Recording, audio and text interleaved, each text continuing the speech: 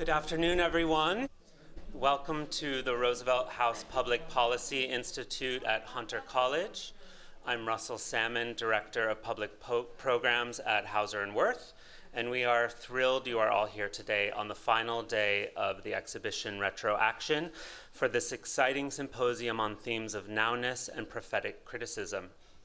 RETROaction was developed by Senior Curatorial Director at Hauser Wirth, Kate Fowle, in collaboration, in collaboration with Professor at Harvard University, Homi K. Bhabha, artist Charles Gaines, and art historian and curator Ellen Tani.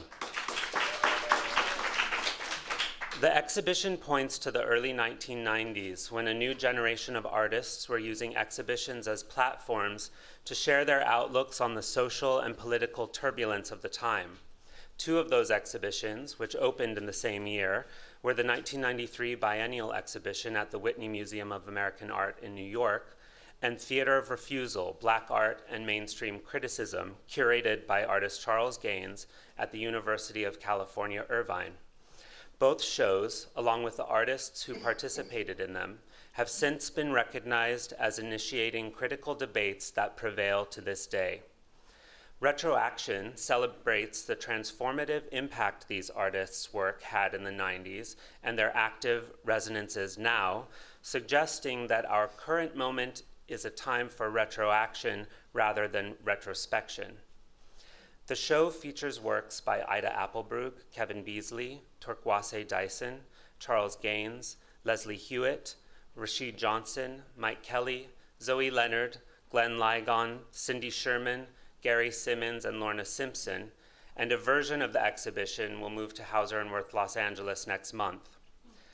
Today's symposium will consist of two talks. The first, with Homi Bhabha, Charles Gaines, and Ellen Tani, will introduce the concept of retroaction and explore now-ness, as well as notions of prophetic criticism, reconstitution, and dynamic marginality. The second talk will be a roundtable discussion with curator and department head of contemporary art at the Baltimore Museum of Art, Jessica Bell Brown, artist Torkwase Dyson, artist Charles Gaines, Director and Chief Curator of the Studio Museum in Harlem, Thelma Golden, and artist Zoe Leonard, and will expand on our first discussion and dive deeper into the nature of curatorial and art-making practices in our present climate. Kate Fowle will moderate both conversations. At the end of each discussion, we will have a Q&A, and we'll pass a mic around so everyone can hear when you ask a question. We'll take a brief break between the two talks, and then directly after the second conversation, we'll have a light reception upstairs where all of you are welcome to join for a beverage, mingle, and continue the conversation sparked this afternoon. The exhibition will also be open at 69th Street at our gallery until 7 p.m. this evening for anyone who hasn't seen it or would like to revisit.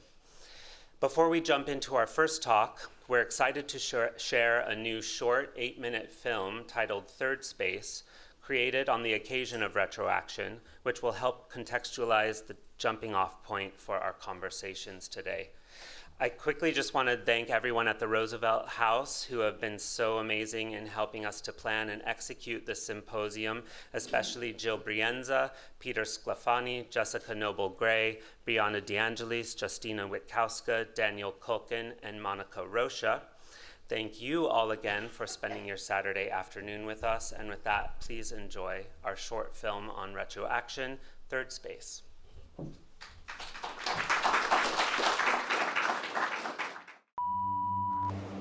Well, the early 90s in New York was a really, really brutal time. It was racist, it was sexist, it was homophobic, and even among white people it was terrible because it was very narrow in the kind of art that you could make.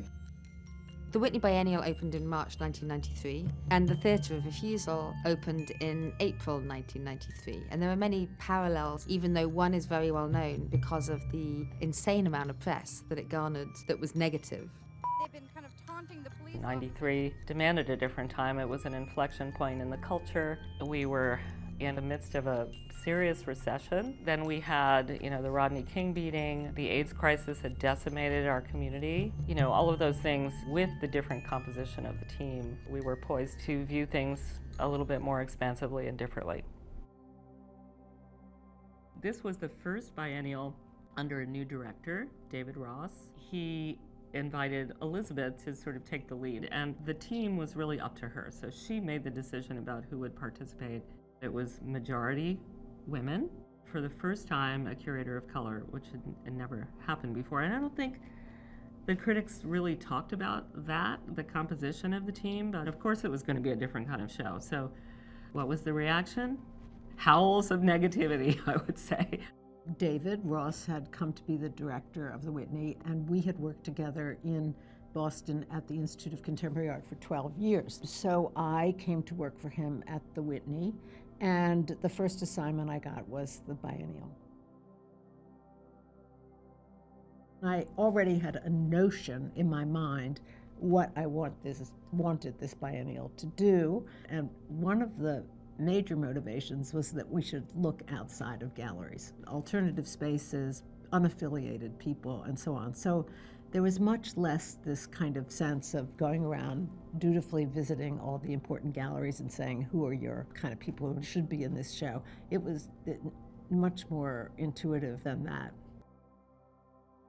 The first review, which was done by Roberta Smith, was mixed and appropriately mixed, but the Times didn't let it rest there. They then sent Michael Kimmelman, who was the chief critic, to review it again. But of course, his review began with that fateful sentence, "I hate this show." The response to the 93 biennial was intense. And it wasn't something I was personally prepared for. I just had never worked on an exhibition that would have had such a public presence. At the very moment that the exhibition opened, I understood how important it was. It's taken many, many, many years for others to see that, but quite often creating change means that you are working in the present day, but you're actually working in the future. Most of us came through the door after a major financial crash in the art world. So a lot of installation artists, a lot of video artists, very ephemeral work that didn't involve that kind of financial investment were given opportunities. All I needed was a gallon of chalkboard paint and some chalk, and I'm ready to go. So it was economically, it made sense to give these opportunities out, because all you had to do at the end of the show was, get out your Benjamin Moore and paint out the show. It made an impression, because the idea was to immerse the viewer into this experience and to infuse that kind of politic into the work at that time was the best way to achieve that. 100 people were arrested during a protest. Demonstrators were demanding more money in the war against AIDS. They brought rush hour traffic to a standstill. I was kind of finding myself as an artist, as a person, and kind of figuring out that I was queer. And then suddenly, it was just this massive, massive tragedy that I couldn't get around.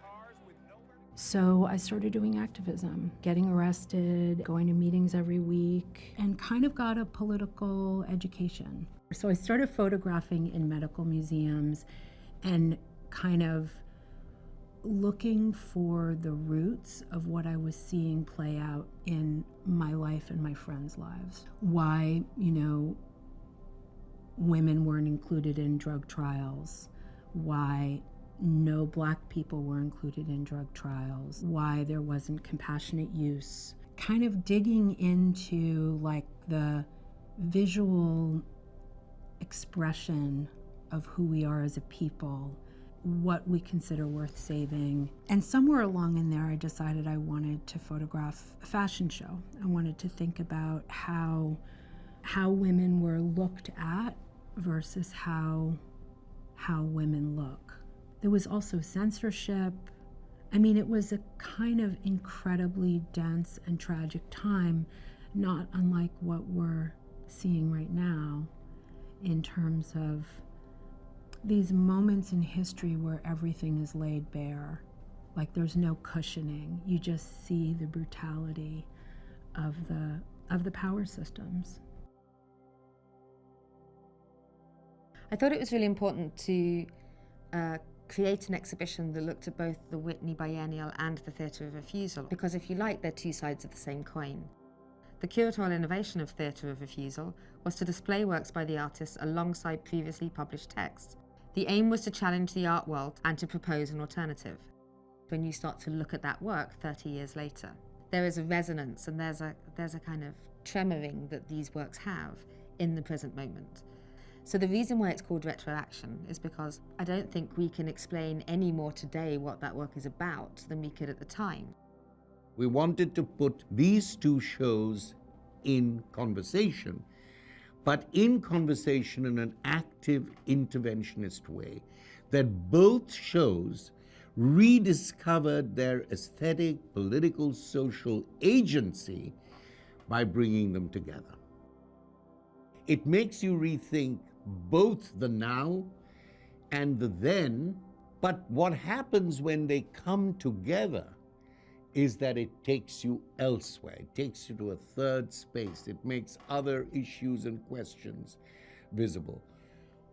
In what way, for instance, do the racial memories of the time in '93 and the ways in which artists tried to articulate them in order to think about Black communities, in order to think about the interaction between different racial gazes, to think about their refusal in those days simply to accept the kind of burden of responsibility for one community or another, but to extend the vision of what it means for oppression in a way to be part of a democratic system.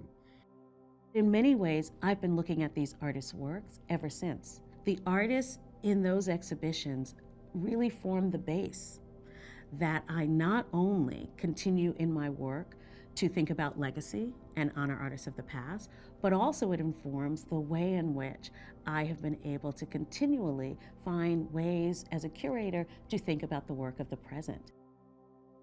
If you go back to 1993, there were people at that time saying, where is this democratic dream?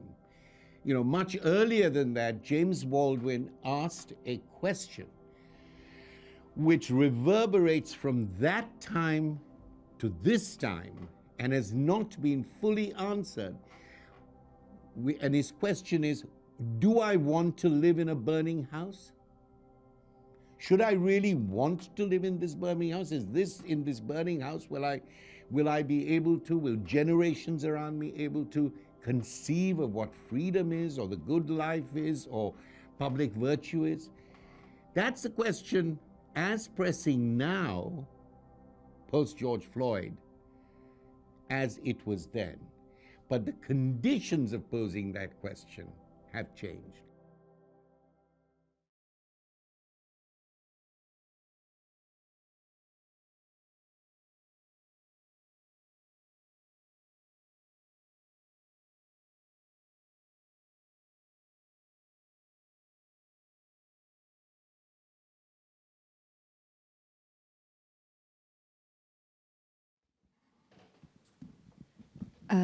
So I want to give a big shout out to Jed Moach, who is the person that took 5.5 hours worth of interviews with everybody to make that film.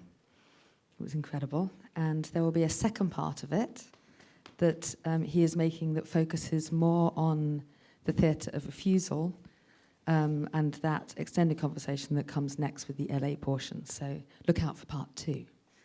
So I also want to give a big thank you to you, Charles, and Homi and Ellen for kicking this off. I think that the film makes a lot of ideas out there, or puts a lot of ideas out there. And so what I'm hoping is that today we take this a little bit further by inviting curators and artists and thinkers to come together to kind of push and pull around some of this language, but also what's behind some of this language, which is these kind of fundamental questions of how we understand the legacies and the histories of the past in the present, and what it all means when we see what the kind of situations that we live in impacting artist practices, and how exhibitions can help amplify ways in which artists are working. So I want to start with Homi, because it's his fault. So Homi came up with the concept of retroaction in a number of different ways, but I'd like you, Homi, to kind of kick this off by talking a little bit about how that word came to you and why, and let's go a little bit deeper into that. Well, I hope I don't sound... And we need your microphone. Oh, I'm sorry. Yeah, I hope I don't sound as stentorian as I was in those I don't know what happens to me in front of the camera. I always become this kind of incredibly exhausting figure. So please forgive me. I will try and tone it all down.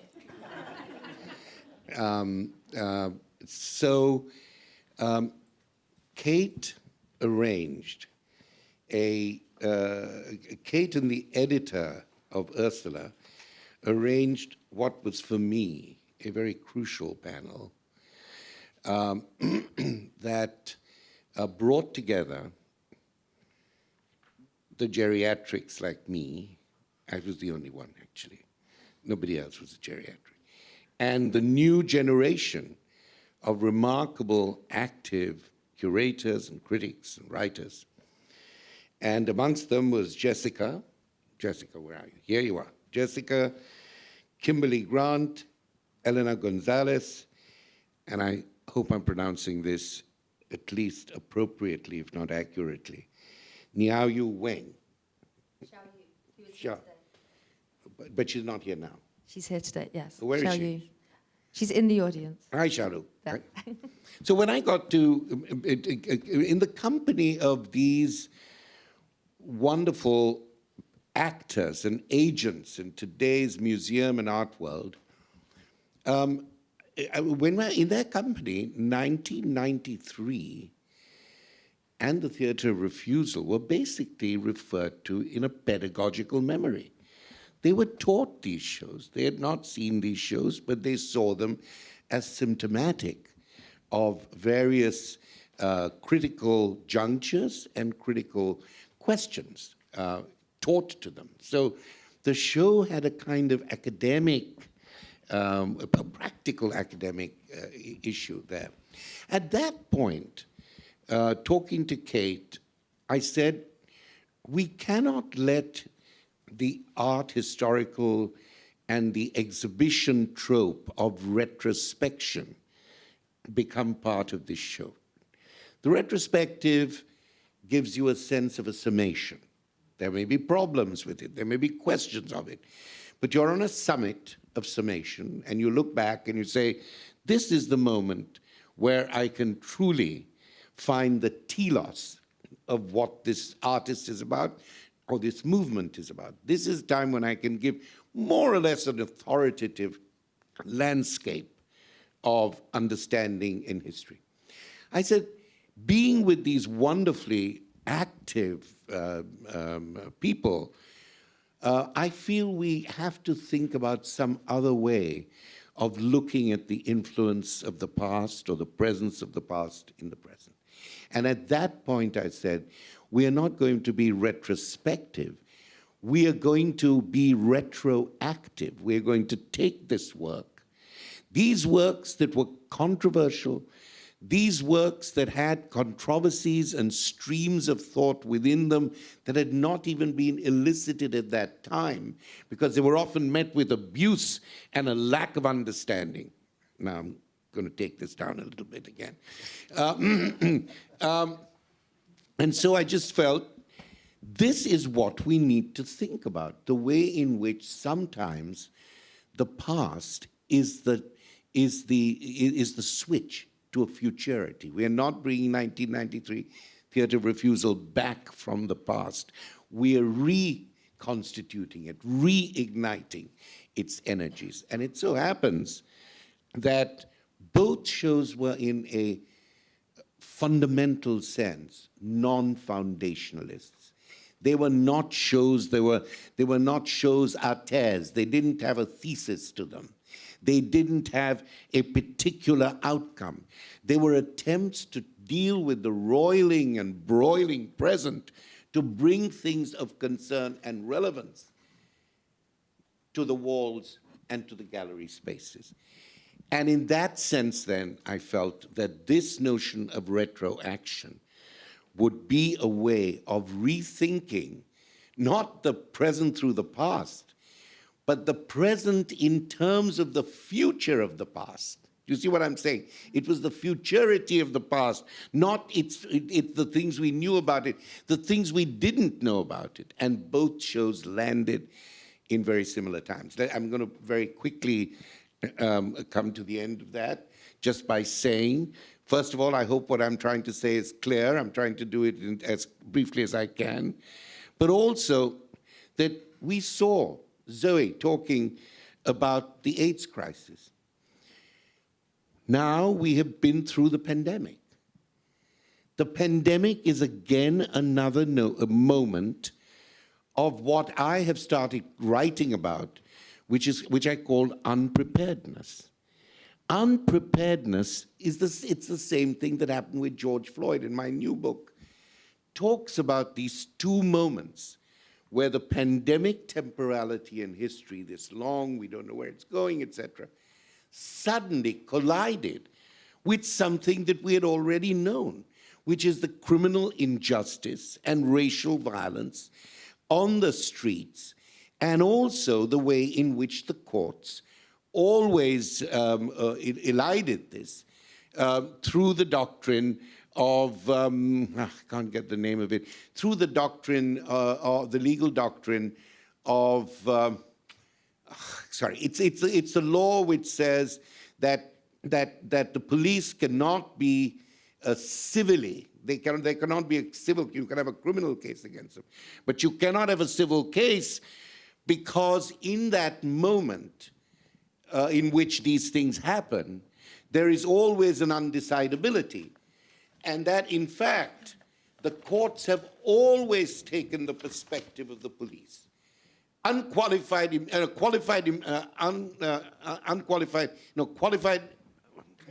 immunity. Qualified immunity. They're trying to fight it now in the courts, and a lot of what I'm writing is about the essence of this notion, because it's a temporal notion, but it is always affixed on black bodies, bodies of color in particular neighborhoods. It's an entirely notion of time. What happens in a time of uncertainty? What happens in a time of uncertainty, the Supreme Court has said again and again and again, other than Sotomayor, what happens in that time is that we have to trust the police, because the police are the people who were educated for this. The police were the people who were trained. And so I thought of two things. I thought there's this unpreparedness for things we know are going to happen and have already happened. That's my sense of the now moment.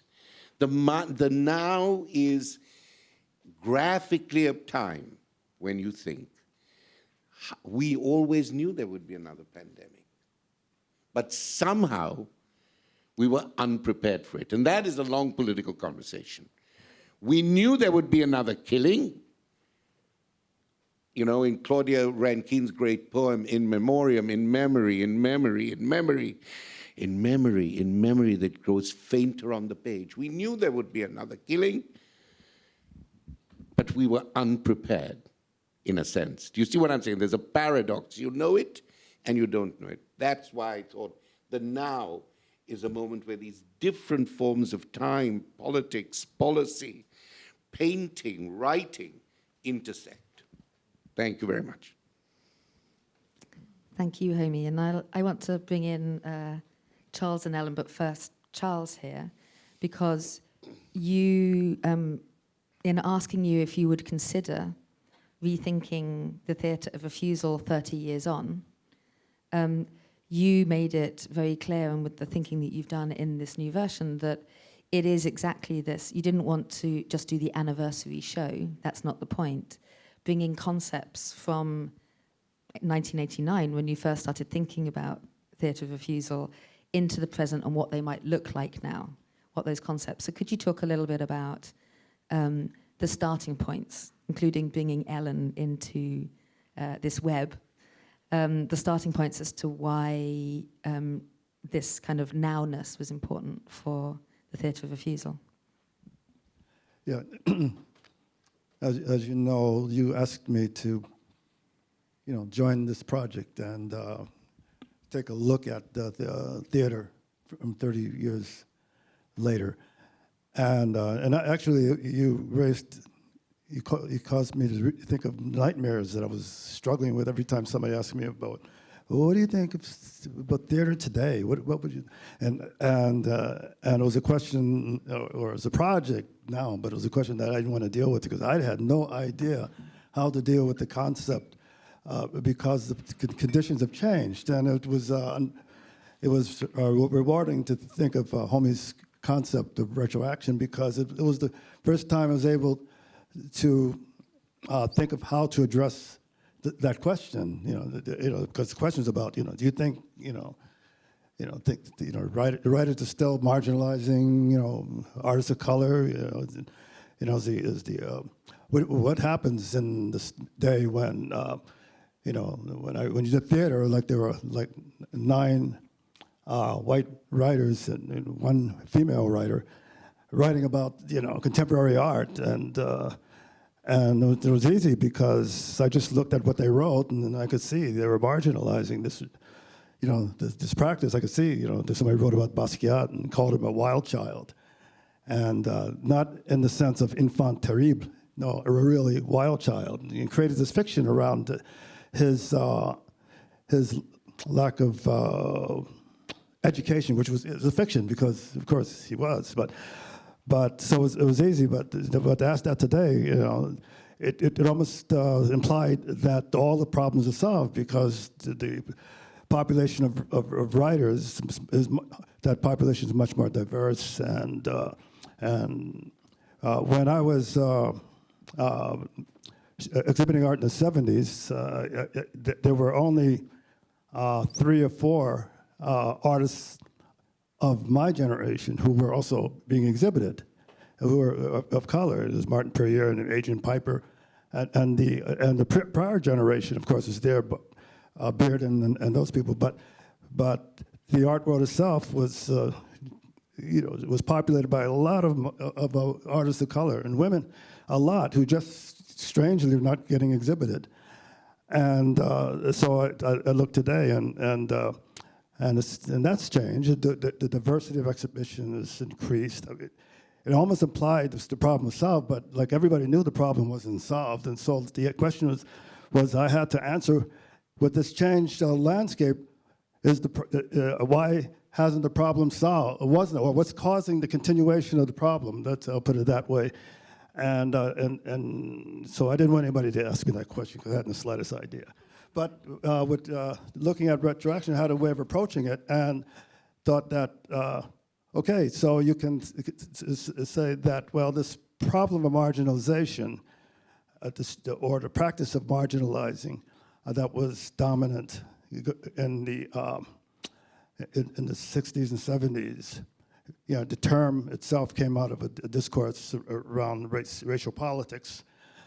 And it was a term that was very useful in trying to unpack this phenomenon of lack of representation. I can see, well, how can I look at that from the standpoint of today? And I didn't even know the answer to that question because I brought Ellen. I said, Ellen, can you help me? Kate gave me this impossible task, and it's scaring the crap out of me. So, can you come in and help me? And so Ellen came up with this idea of decoloniality that I started thinking, well, okay, so from the standpoint of today, the discourse is around the project of decoloniality, which is a complex project. But what I'm saying is that from the standpoint of today, rather than speaking in terms of marginalization, we are creating this space of the project of decoloniality as fixing and creating terms and conditions and phenomenon that can answer questions about the impact of the same forces that people so knew were around today that were it existed at that time. And I think that it was because of Homi's concept we were able to see that as a continuing problem. And with the idea of marginalization is a continuing problem, and the landscape around how to deal with that problem changed, and we were able to I think, begin to address that. So I'm very grateful for that. And I'm also very grateful that Ellen didn't turn me down in terms of participating in this project. Thank you, Charles. And Ellen, perhaps you could talk a little bit around a couple of things. One, Ellen has been writing about Charles for quite a while, and she's writing the first book on Charles that we're all waiting to come out. It needs to happen. So she's been thinking a lot about Charles as a practicing artist as well as this theatre of refusal. So is very well equipped for Charles challenging or finding somebody to kind of talk alongside. But could you talk a little bit about what that means, to be talking alongside somebody who you know for like 40, 50 years has been thinking, and then how you can bring in other concepts like, for example, Cornel West's thinking around prophetic criticism that he started in the 1990s, and how you bring that in among these giants and like create space for different ways of thinking so that Charles can like bounce off against you, if you like. Sure.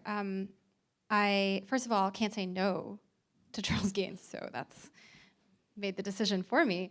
But also, you know, I've been studying this exhibition, and it's different to study an exhibition in the kind of archival, historical sense than it is to make one and conceive of one. And I think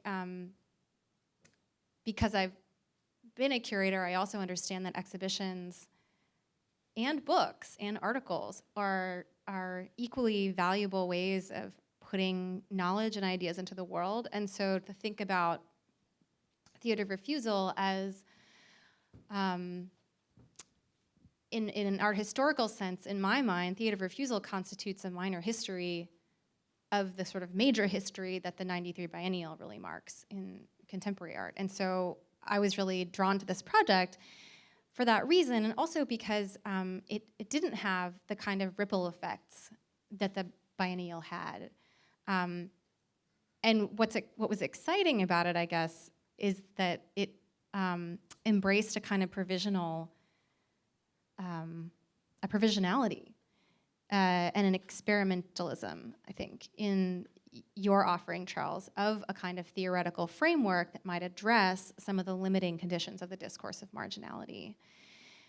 And so what I found really interesting about this work, and I do think about it in the context of your artistic practice as a kind of, you know, conceptual project, is that you're, at this moment, you know, you developed this idea for the exhibition in 1988-89 out of this dissatisfaction with postmodern theory, which is thinking a lot about the idea of difference and différance, but not thinking about the lived experience of difference by minoritarian subjects. And it's this, at the same time that, you know, the discourse of marginalization emerges, and we actually see this range of publications come out in the early 1990s that are finally kind of putting these ideas out into the world, but you recognize that in this seemingly progressive discourse of marginalization, there's actually this kind of calcifying effect of locating the minority subject in this kind of binary dialectical system. And so you propose in your essay something really exciting, which is this concept of a dynamic marginality. You know, not the idea that a marginal subject is located over here and exists to reinforce the contour of the mainstream, which is the argument you make in the essay, but looking for a way to theorize a minoritarian subject that isn't fixed, right? That's indeterminate, actually. And so the provisionality of this intellectual project, the way that you're studying a discourse rather than absorbing it, makes it such a transportable strategy to think about now. And I think that the curatorial strategy of the exhibition is very much addressing some of the conditions of postmodernism that you found so frustrating, while at the same time participating in some of the enabling conditions of postmodernism. So, you know, this notion that authorship is something that we can distance ourselves from, right? Authority. As a curator, you and Catherine Lord, you know, you don't select the artworks to display in the exhibition. You ask artists to respond to the prompt with artworks that they want to show. And so there's an indeterminacy built into the very conditions of the exhibition itself, and that then starts to trouble the whole idea of kind of curatorial authorship. One of the other ideas that you, that kind of comes out of this catalog essay, I have the book here if anybody wants to look at it, is this, this notion of prophetic criticism. And in the essay, you're bringing together this kind of really interesting range of thinkers and figures, but you do make reference to the ideas of Cornel West. And Cornel West in 1990 writes this article in the journal October called The New Cultural Politics of Difference. And in that essay, he's essentially describing the new cultural politics of difference as a kind of postmodern Black intellectualism. And he calls for, he's thinking about how the role of the artist and the critic are actually becoming less fixed and more intertwined. And he describes prophetic criticism as a kind of demystificatory criticism that involves a social structural analysis, but also makes its political aims explicit. And this is different than the kind of criticism that the 93 biennial attracted, which didn't make its political aims explicit, actually. And so the vehicle of theater of refusal, I think, brings forward a lot of these ideas that we're now just kind of understanding in this moment. And so the kind of, I think, process-oriented nature of the project and the kind of unfixedness of it makes for a really dynamic vehicle for thinking about the now. I want the three of you to be able to kind of feed off each other, but I'm going to go to you first, Homi. So Homi wrote the kind of key guest invited essay, if you like, for the Whitney Biennial catalogue called Beyond the Pale. So he was having to respond to something that hadn't happened in an essay, and this is like 2 years before he writes The Location of Culture, or The Location of Culture is published, I should say. And then it's like, Homi, work at this retroaction. So now I'm like, Homi, okay, you've just heard two great minds kind of riffing off what it was that you put out there. What are your thoughts from this? It strikes me that threshold thinking, you're very interested in the threshold. It's like, does this fit into it? But then please jump in, Charles, Ellen, and the three of you kind of banter back and forth. Don't wait for my next question. Okay. You want me to? Sorry.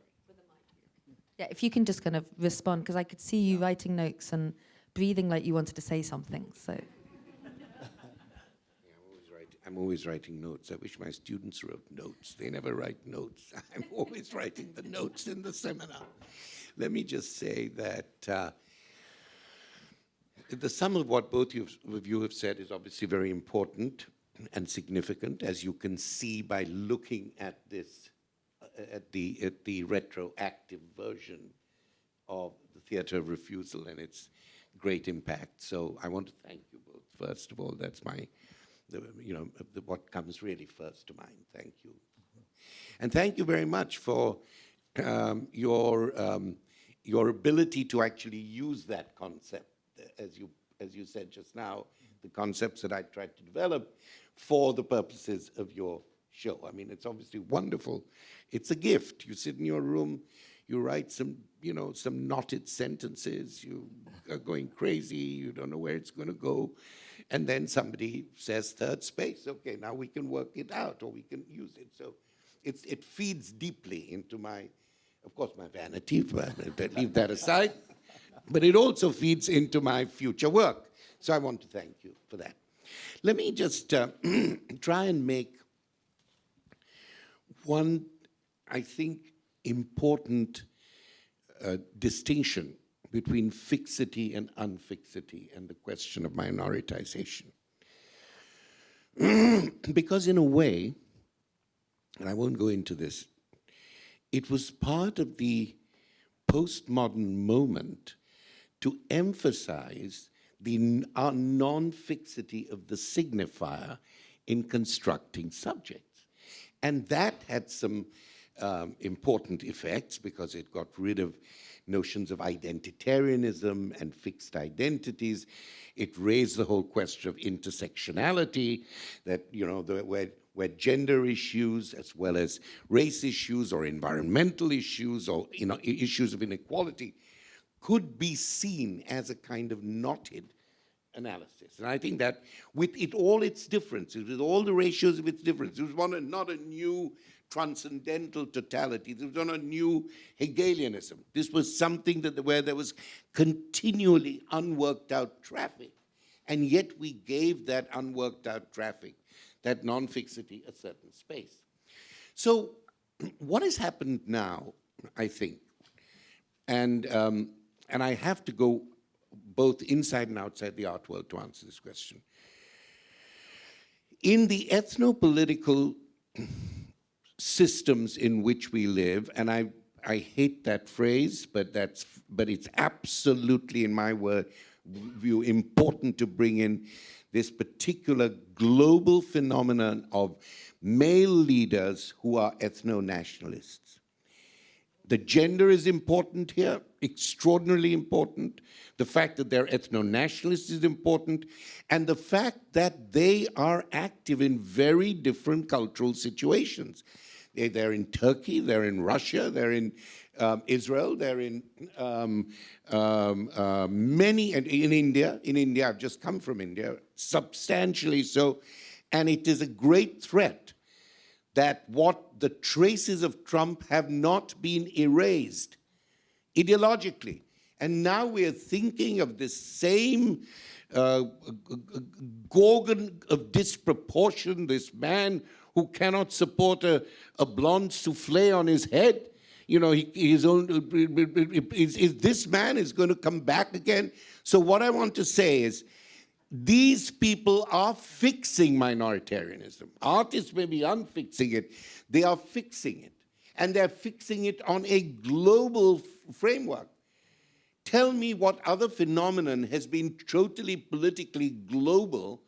We thought, you know, activism around poverty. Of course, there are global forms of activism against climate change. But here you have leaders. This is not movements. These are leaders who are imposing fixity on minorities and weaponizing them. In India, it's Muslims and Christians. In America, it was Mexicans and African Americans. In other countries, it is anti-Semitism. In other places, it is Islamophobia. But these are all being beamed through the political apparatus of ethno-nationalism. And please, they are fixing minorities as the enemy within and the virus within. These people, these groups, they will destroy the fabric of their country. Sorry, if I lose my papers, you know, that's so important. So there is fixity. And we have to confront that fixity nowadays. There's no way we can think theoretically, politically, around signifiers and discourses, which are all very important. I mean, you know, I earn my bread through teaching theory, so I'm not going to rubbish it, but I am saying it's a responsibility of theorists to begin to see these patterns while we talk about the complications of identity, where the complications of sexuality, which is absolutely crucial, and they're not in a conflict. I think we've got to see them together. So first of all, there is the fixity. But I think there are two generations of thought about difference. You're quite right.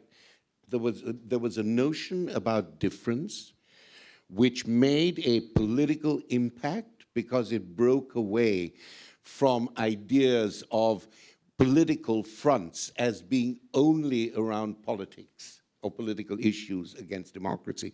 Raised the question of the body. It raised the question of generations. It raised the question of refugees. It raised the question of displacement. This is all, these forms of difference are non-identitarian, and I think that is important. So there's an identitarian form of difference, which was very much my people, my ethnicity, my suffering, my sovereignty, which is against the state, but it's my people. And I think things have dramatically changed now, where that minoritization does not have the same identitarian basis. And why has that happened? Because difference in itself, and this is what a lot of theory doesn't get, different in itself can be as polarizing as anything else. And one of my great teachers has been Baldwin, Toni Morrison, and another, of course, Du Bois. And Du Bois saw this very clearly when he says, there can always be a color line within the color line. There is always a sense of sovereignty and struggle within racial or ethnic groups.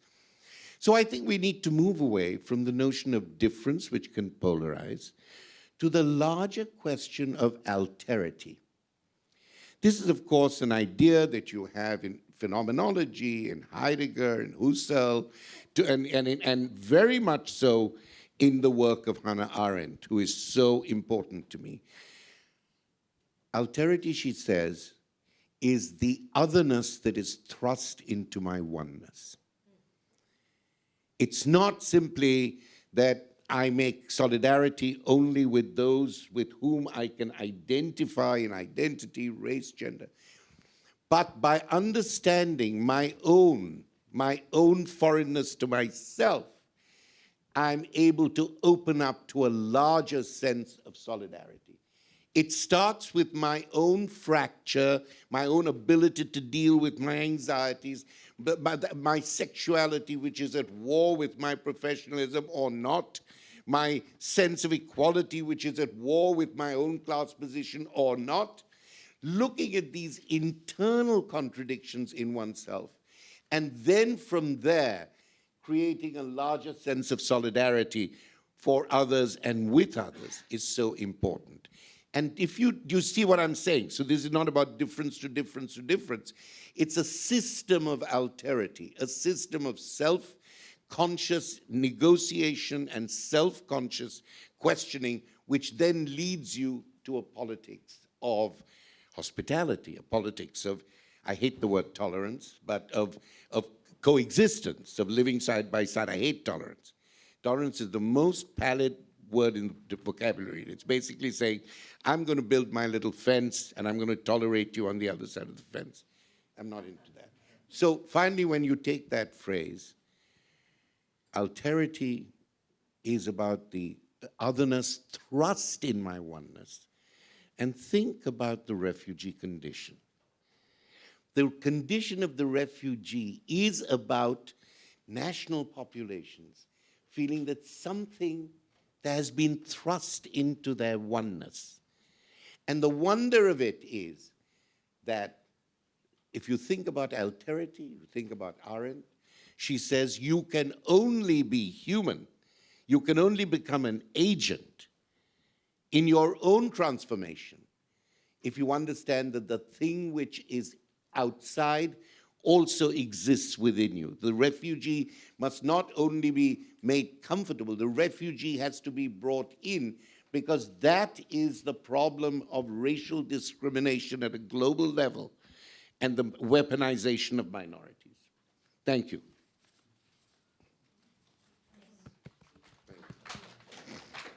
So there are a couple of things that I want to build on what you said, or at least in some way respond to, is that when we took on this project, I mean, this time and also 30 years ago, the problem existed within a racialized and landscape that we identified as marginalization at the time. But the problem was in what way, not in terms of a developing politics that allows us to exist in the world without being, abused. But it was in what way does art exist within this landscape? and what way do artists have to function in this landscape. So the kind of limiting space was one that was suggested around the concepts of art, received ideas about, what it is a work of art, and received ideas about what behavior does an artist do in order to actually make works of art. And so at the time, I thought that, well, there was this problem that was of identity that was being sort of approached or reacted to in terms of how artists used representation. The ideas that artists advanced through their choices and trying to present ideas through works of art to the world. And so what were those limitations? So for me, it was a situation which sounds like very much might fit into the concept of alterity, where I thought I had to sort of dismantle the notions of subjectivity and remove the idea of subjectivity as a central feature of representation.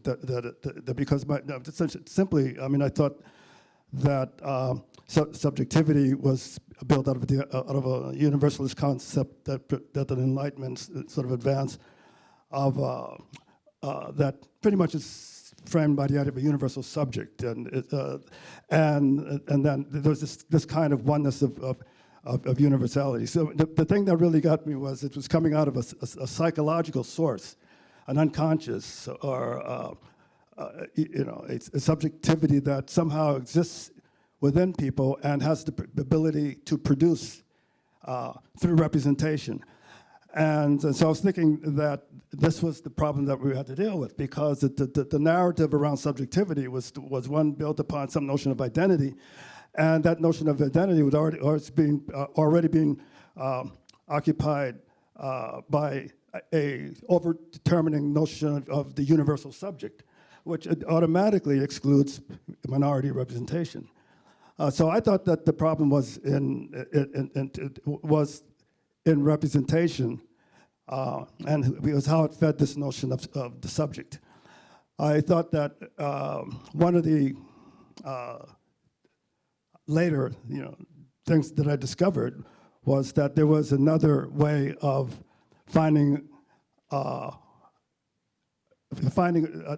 notion of the self that wasn't overdetermined by a singularizing idea like the subject coming out of the Enlightenment, and that was there was within everybody this temperament, and different people have different temperaments. Their temperaments. I don't want to say that is a kind of a fatalistic concept, but that people their differences were fed by distinct interests that individuals might have in different aspects of the world. And I found that in terms of myself, that I had this interest in ontological questions. My mother said, at 5-year-olds, I asked these giant ontological questions. Maybe it did, but I think that was fed by living in the Jim Crow South. So I was a person with a particular temperament living in the Jim Crow South. And my response to the Jim Crow South was, questioning, how these rules got put into place in the first place, and which led to questions of identification. And it meant to me that in representation, that if temperament is led by representation, then the space of representation was a dynamic space.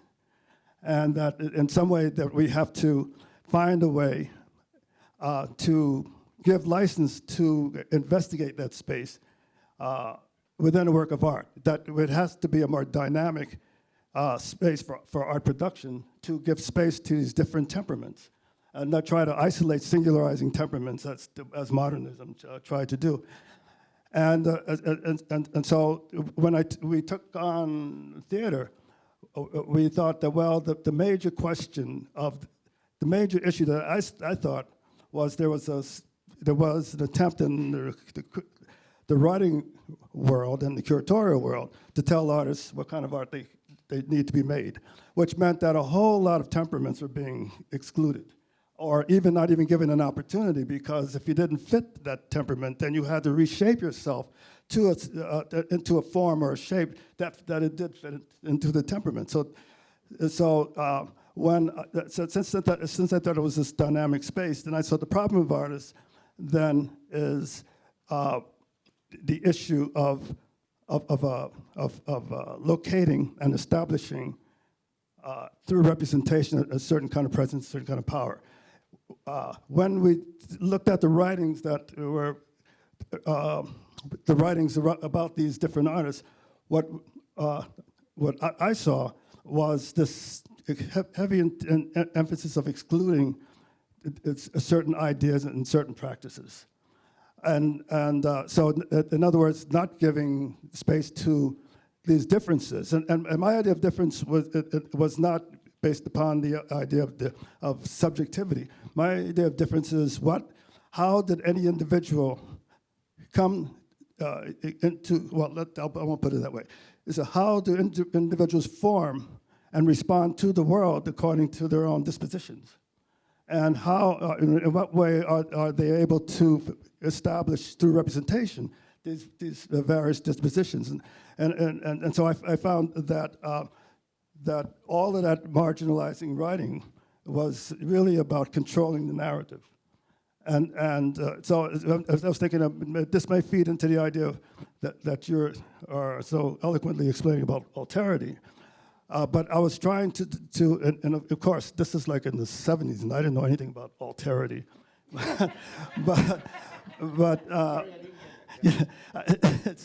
Yeah, this is in the 70s. I was thinking this, but I didn't know anything about alterity. Wow. Yeah, no. So, but I was thinking that the project it was clear that the project for me at the time was that this marginalization was based upon a singularized notion, and that and an other notion or an alterity would possibly be something that I sort of understood in Deleuze and Guattari, a process of becoming. The problem with Deleuze and Guattari was, even at the time, I thought that they were,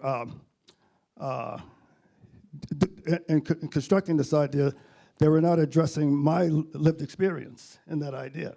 So that was a problem, but I thought that, that the space that our artists have to operate should be allowed to operate and take control of the representation, should be a dynamic space that's constantly changed its shape and changed its form according to their own dispositions.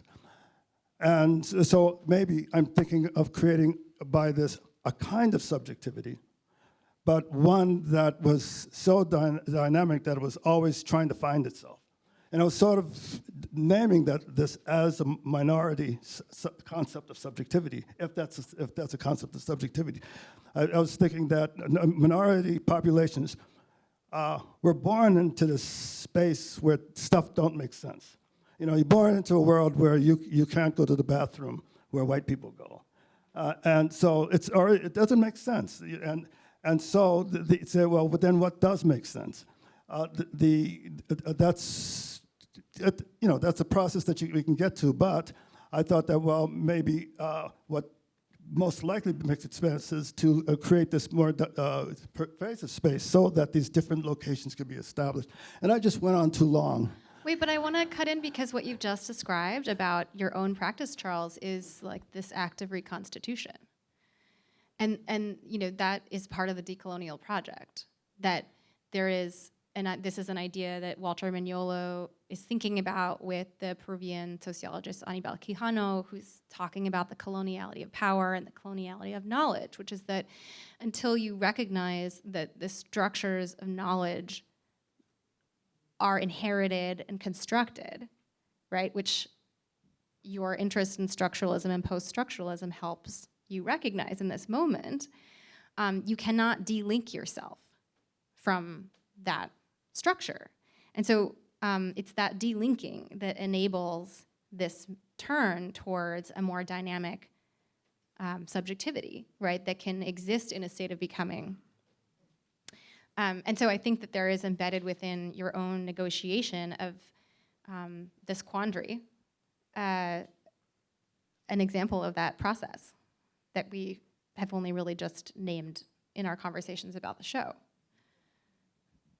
I'm just going to jump in here for 1 second to say, you're going to say something a little bit more, but if there's anybody in the audience that has a thought that they want to kind of add into this, I don't think it's necessarily questions at the moment, but I want to give people a chance. So I'm just telling you to warm up. There can be a microphone coming towards you before we wrap up, but Homi, back to you. Microphone. You know, Homi, microphone. Hello. It does it all by itself, I think. Hello.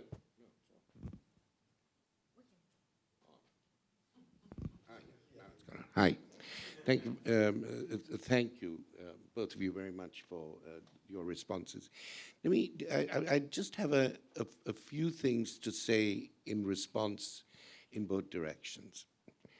One, I think, Charles, one of the most significant issues is to look at the problem of racial discrimination or gender homogenization or extinction as an ontological problem and not as an identity problem. And this is where the question of alterity comes in. When Fanon says, when Fanon disputes Hegel and says Hegel's notion of the dialectic is not what I'm suffering, and when you say, you know, I quite like this to flirt with this becoming in Deleuze and Guattari, but it's not exactly my becoming, because of course for Deleuze and Guattari, there are no limits to becoming. It's becoming becomes its own becoming, which becomes its own becoming, and then you have all the kind of diversions, and you become again, and you become once more. And frankly, that is a real problem. That's a real problem, that the ontological issues that we're talking about are within conditions of containment. You know, and the containment is not only with respect to say you cannot go to a black person cannot go to a white bathroom. The worst thing there, the greater confusion, is when you accept that you cannot go and you don't question it, which happens so often in gender issues. You know, people get so normalized and regulated in their lives that they don't go to the white bathroom, they go to the black bathroom. You see what I'm saying? That's the worst kind of ontological conditioning that you can get. And to think about these modes of these movements around alterity, as I've called them, rather than difference. Alterity is an ontological issue. It's not about identities, you know. It's a deep issue about one's own self-constitution within the differences that exist and war in that, where at the point at which your skin meets the social structure. That is the position of alterity. And I think that that's one difference. I mean, that's one area I want to go. And when, you know, so when Fanon says, when my enemy throws me to the ground, I'm paraphrasing, and I have to both look up, I cannot simply look up in hate if I want to constitute what he calls a new humanism. When Baldwin says something that's repeated by Tani, he quotes in a different way, that when Baldwin says, when the white man puts his foot on my neck, something that has come back to me a lot during the George Floyd and the writing that I'm doing at the moment on George Floyd, and Baldwin says, when that happens, then my foot, you know, his knee, the weight of his knee, his foot, is on my neck, and I look up, The challenge is not only to be able to look up in hate, which is exactly what is wanted, but is to think beyond that hate to my own agency, that even with the boot on my neck, I was able to look up and look at him. Now, these are metaphorical expressions, but I'm trying to use them in a more conceptual way about notions of agency emerging from these moments of oppression. On the decolonization, so I hope that makes some sense to you, what I've just said in response to the importance of ontology rather than identity as a part of difference, and alterity as being on the side of ontology rather than on the side of subjectivity. That's the plan I'm suggesting. And as far as decolonization goes, you know, I know Mignolo and I know his work, etc. But I've been just for argument's sake, when I'm in South Africa, decolonization is about the issue of syllabus, but it is also about the issue of economic advantage of the state, and this is a black state denying students the appropriate forms of educational provision. When I'm in England, decolonization, as I see it, is about very much about the new isolationist time with the separation from the EU.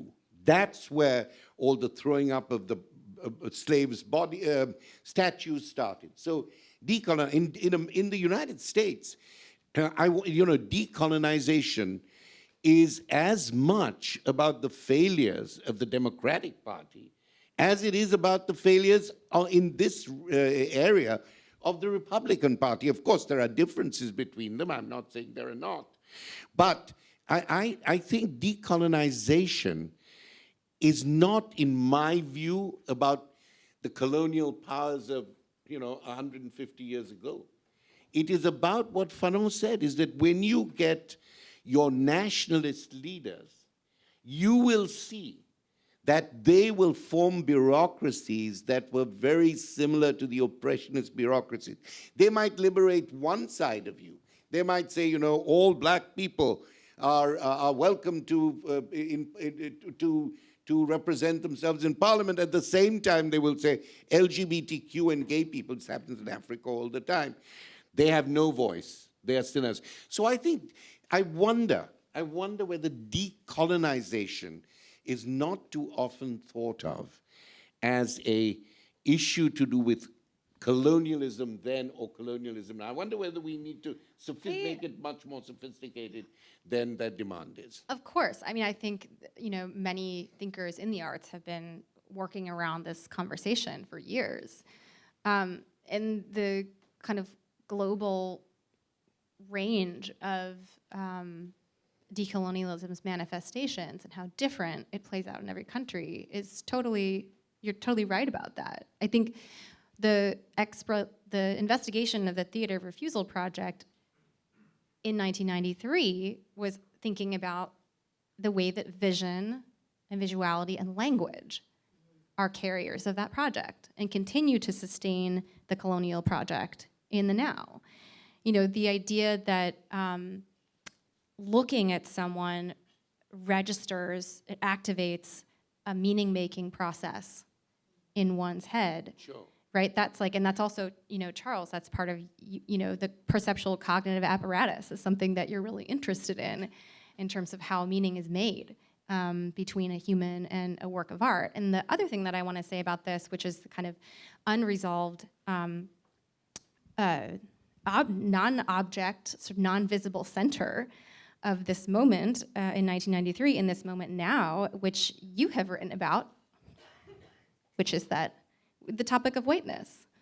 You write when you're, you write about an interpretation of Fanon's experience of having the white man's eyes, when the white man's eyes break up the black man's body in this act of epistemic violence. its own frame of reference is transgressed, its field of vision disturbed. And that disturbance is what happens in the 93 biennial, right? In the world of art criticism. Maurice Berger, who writes for the catalog for Theater of Refusal, who's just come out with his book, How Art Becomes History in 1992, is like one of the first thinkers at this moment to be theorizing whiteness and its relationships with visuality and the very language employed in the art world that sort of structures and limits the way artists live their lives. So I think that that invisible center is very much the subject of these two projects too. I agree with that. I'm just saying that it's difficult for me. I don't know what the use of, say, decolonization is when I am talking about a black nationalist government of the ANC, not providing for its people who have struggled, whose families have died for this struggle, not providing them with many forms of social support. Then I think what happened, at least in my experience in South Africa, which I'm very indebted to, and I adore working there, where I have a chair there. Well, what happens then is that there are people who don't look at the fact that the government that is there has destroyed many life chances and are continually still focused on the apartheid state. The fact is that the apartheid state, some elements of it, like the mass multimillionairization of bureaucrats, is happening now. Yeah. I want to make sure that there's time for some people to ask some questions or make a comment, and I can see that Charles wants to respond also. And we're going to do all of this in 10 minutes so that we have a break before the 4 o'clock. Okay. Let it out. Okay. Well, I want to just bring in some other ideas about this condition of what we think we know about humanism and its failed condition in relationship to Sylvia Wynter. And I also want to bring in this idea of errantry in relationship to what it means to roam, in relationship to subjectivity sorry. You all are having my palpitations. Subjectivity constantly trying to find itself. And I want to go back to this metaphor of like the boot and trying to see beyond one's own oppression to something beyond identity. I think that we are in a catastrophe of recognizing registers of refusal. Right, so when you bring in South Africa, the apartheid state, and the ANC, and when you bring in Jim Crow, those structures of ontological conditions have different colonial, right. So when we're talking about a decolonial, we're struggling between a decolonial condition and a indigeneity, right? So we all have language problems. But I think what's so powerful about this, I'll say it again, this subjectivity on the roll, is that it allows artists and curators to have a conversation, not just about indeterminacy and the unfixity, but it's to have power in that indeterminacy, to create in that burning house, and to refuse any idea that representation in itself is related to a failed project of humanism. It doesn't, the fabric of how we understand representation does not work. So I think the decolonial project or this condition of how one expresses his own individuality is still on the move, right? We're not winning. There is no promise of stability in genocide, in the wake of genocide. So I just wanted to register that subjective ongoing is not only about geography and oppression and resistance, it's about how do we achieve another kind of language and how do we denounce humanism in the first place, which we've done. Yeah, I want to, beautiful. I mean, I wanted to also say that can I respond? Yeah. I want to also say that this this idea of the decoloniality, I mean, it's not like another ideological framework by which we can produce this concrete and identifiable narrative. But in fact, in the show, we were trying to show that there are these aporias within the construct itself that are still active, and that we and so I mean, the question is, which is certainly true, that why I lost faith in Deleuze and Guattari is because there was no end to this becoming, and why I liked Said is because I could see a use for this kind of read, social and cultural read of history. But to show that many of the kind of constraints that was going on in the space of marginalization in the 70s have come back again in the wake of the decolonial project, in positive and negative ways. That the problem is still not over, so that the idea of the project has to be still considered to be working itself out, if indeed one feels that they're involved in it. Zoe, do you want to add something? Yeah, I just wanted to add that these both Zoe and Torkwase are on the next panel, so they can continue in the next panel as well. No, it's great. Yeah. It's the tale that then continues. So I know Zoe. we're gonna keep going at 4:00, but I just wanted to add to this also. This idea that part of the agency that we have is in the direction of our gaze, and we can look at each other. So I wanted, Torkwase, what you said was so incredibly eloquent, and I wanted to add that some of the ideas that I really remain interested in are in the possibilities for solidarity, for alliance, for actually gazing at each other, and the strength that we get from that. That's where I feel my sense of power. And in the wake of white supremacy, or as you put it, the Homi, the male ethno-nationalist kind of leaders that are happening globally, to recognize that this very notion of difference and the way that it's constructed as a set of divisions, that you have a certain identity, and that in a way can keep you in a sort of only seeing the way that you're oppressed, or saying, oh no, we're oppressed the same way, and we're not. I think that it happens differently to every different kind of marginalized person, and every different marginalized individual has a different experience, but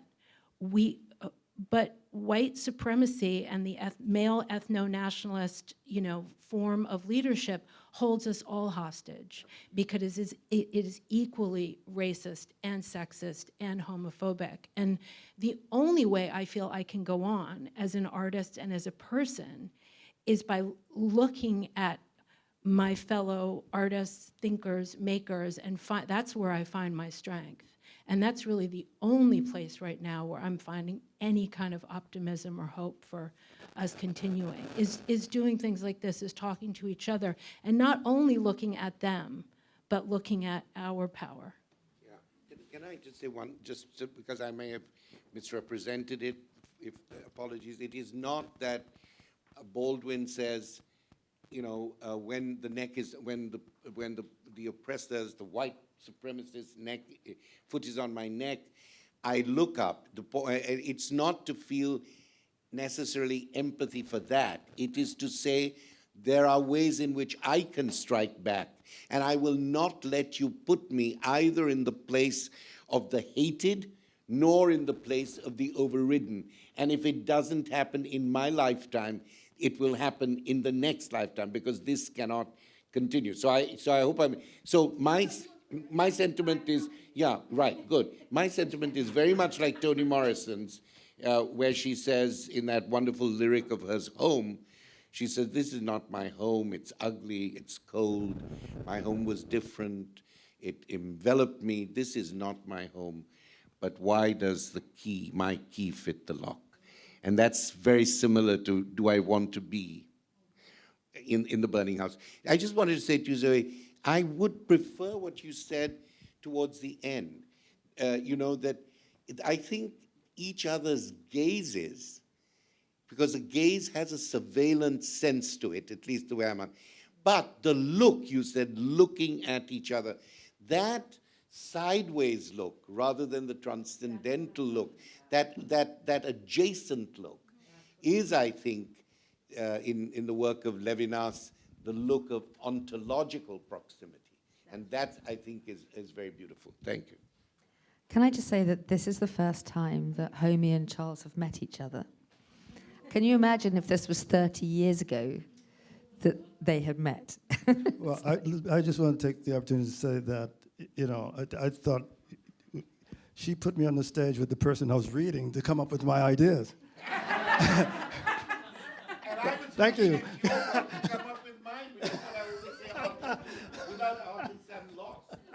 It's like the 27th of January, the world changed. So is there anybody that has something burning to say which you cannot respond to because other people might want to say something before we break for the next session? Is there anything that you're going to forget that you really want to add into this conversation? No? I mean, it's pretty impossible. Oh yes, there is somebody. Well done. Thank you. Thank you for this. This is amazing. I've flown in from Chicago, and I'm so glad I did.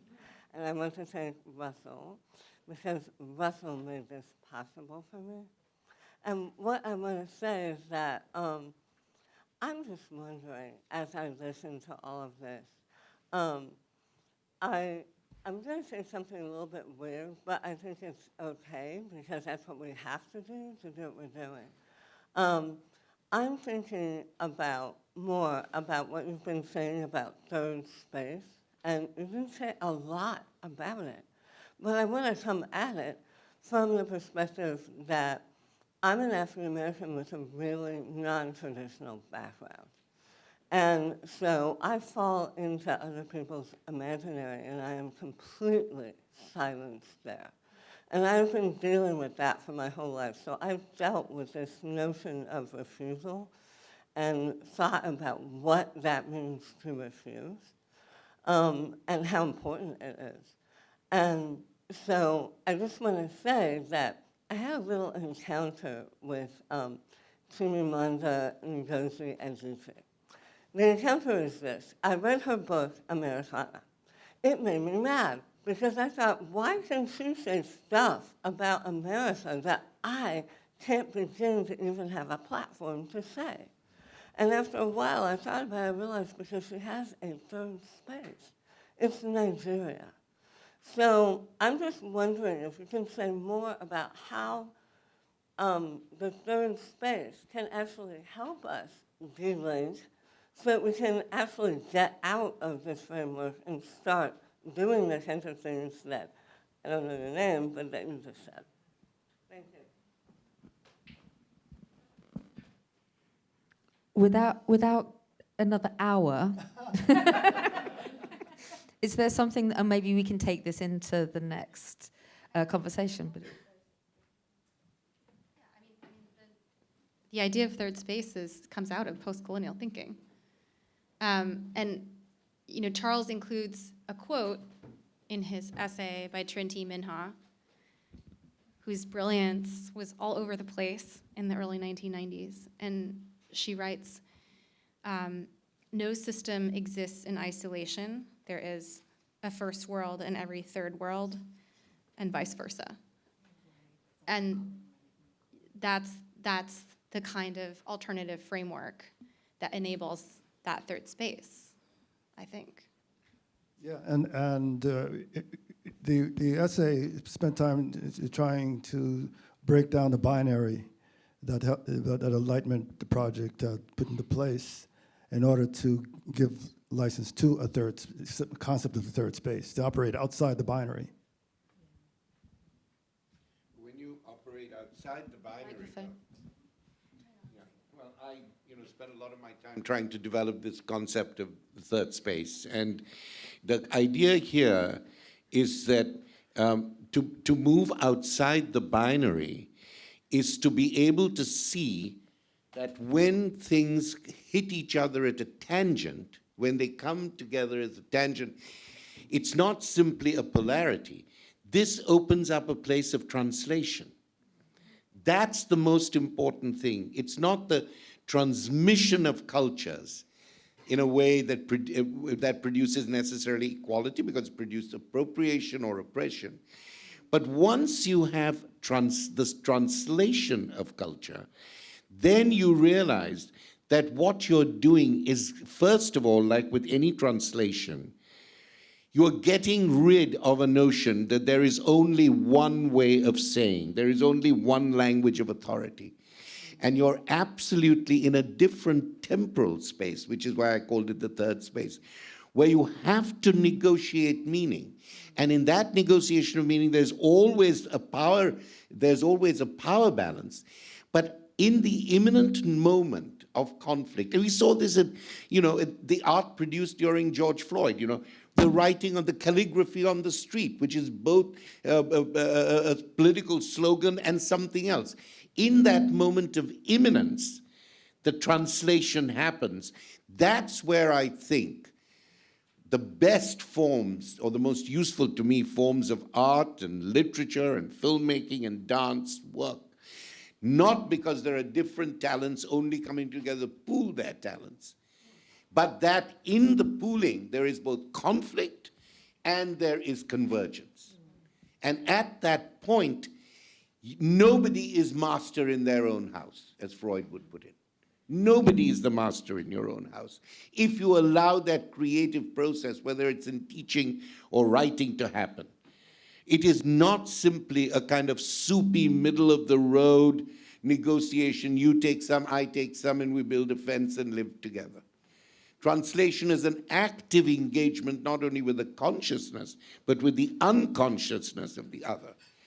And I could, that goes back to alterity, and I could, the prejudice that simply comes of reading somebody's presence is one kind of prejudice. It can be only overcome, not by saying we're all human beings together, because as we know, the Universal Declaration of Human Rights has said that, never again, and it's always again and again. But the real thing happens when you begin to have faith in the thing that you don't understand of another and give it what I called alterity and hospitality. At that point, you are challenged. And at that point, that challenge is painful, but that challenge is real growth and transformation. Thank you. So I want to say thank you, Charles. Thank you, Homi. Thank you, Ellen, for a lot.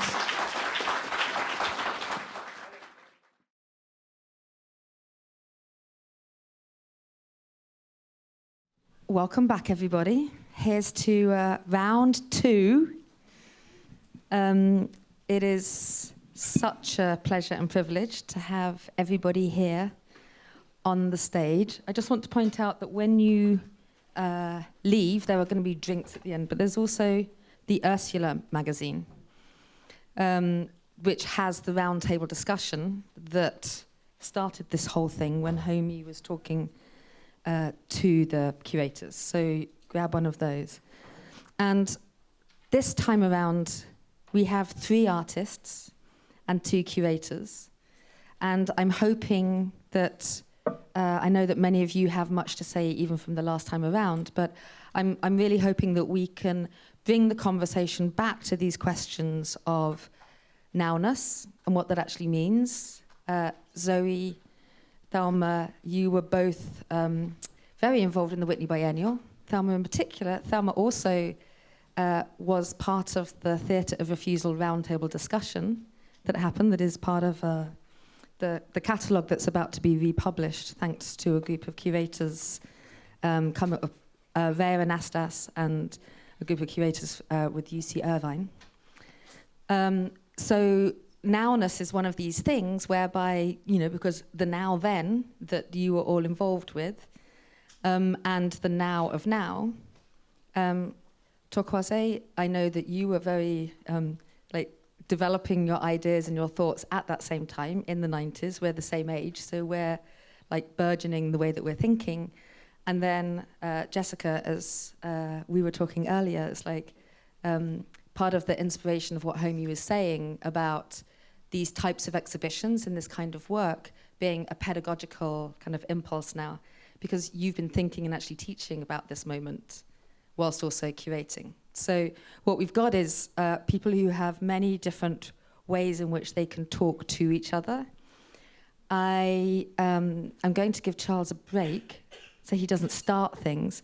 And Thelma, I wonder if you wouldn't mind starting with thoughts. I'm not going to tell you where to go, but in terms of the thinking that has been put out there that I know you've been thinking about for a while because of your involvement in all these exhibitions, would you like to throw a few things out there and we can be responsive from there? Thank you. Is this on? Yes. Thank you. Thank you, Kate. First of all, can we all again applaud the first panel? Ellen, Homi, Charles, just, the opportunity for us to be in this conversation now with that sort of fruitful, amazing sort of way in which you spoke. Kate, I really don't have anything to say, and here's why. And you know this because when you first came to me with this idea, it brought out in me what continues to be a way in which I am still making sense myself of what that moment was. Right? And partially, it's because that moment formed me. So imagine thinking about what 1993 was, and it was my very beginning. It's where I got language, literally and curatorially. It is how I began to form my sense of myself, but I was doing it in real time. Kate sent the film for us to preview the other day, and I'll admit, you're taping this, but I'll admit that because I do still maintain this distance from analysis from all of this, I didn't watch it. I had a wonderful member of the Studio Museum Harlem team watch it and tell me, right, exactly what was, being a museum director, it can be. And so, of course, seeing it today and seeing those shots of that round table from the Charlie Rose show, I had a visceral response because it brought me right back to that moment. I was 27 years old in 1993. I graduated from college in 1987. I spent 2 years as an assistant at the Whitney. During that time, I was a curatorial assistant on the 1989 biennial. Now, this is after going to high school here in New York City where I grew up, but on the Upper East Side, so that I saw the 1981 and 1983 biennials about 1,000 times. And so that to get to 1993, maybe I was a curator 2 years at that point at the Whitney, and to have the first major exhibition I ever work on be the 1993 biennial means I'm still trying to make sense, right, of what that was. Now, the sense that others can make from it comes from everything I've done since. But for me, I still sit with what was not so much the public way in which it lived, because, lots of talk, but what it meant to be in that incredible cauldron of that moment. We all sat here and listened to Professor Bhabha. I mean, this was possible for me as a 27-year-old across the table in the course of that biennial process.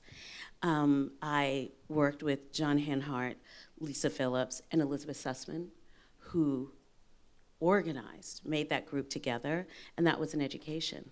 And in that time, of course, I got to know Charles, who had taught every artist who I thought was important, so that by default, in a secondary manner, right, like the book that gets passed on, I had any number of intellectual ways of thinking and being that had come from Charles through these artists, many of whom were in the exhibition, so that to get the chance to meet Charles and have that experience in a primary way.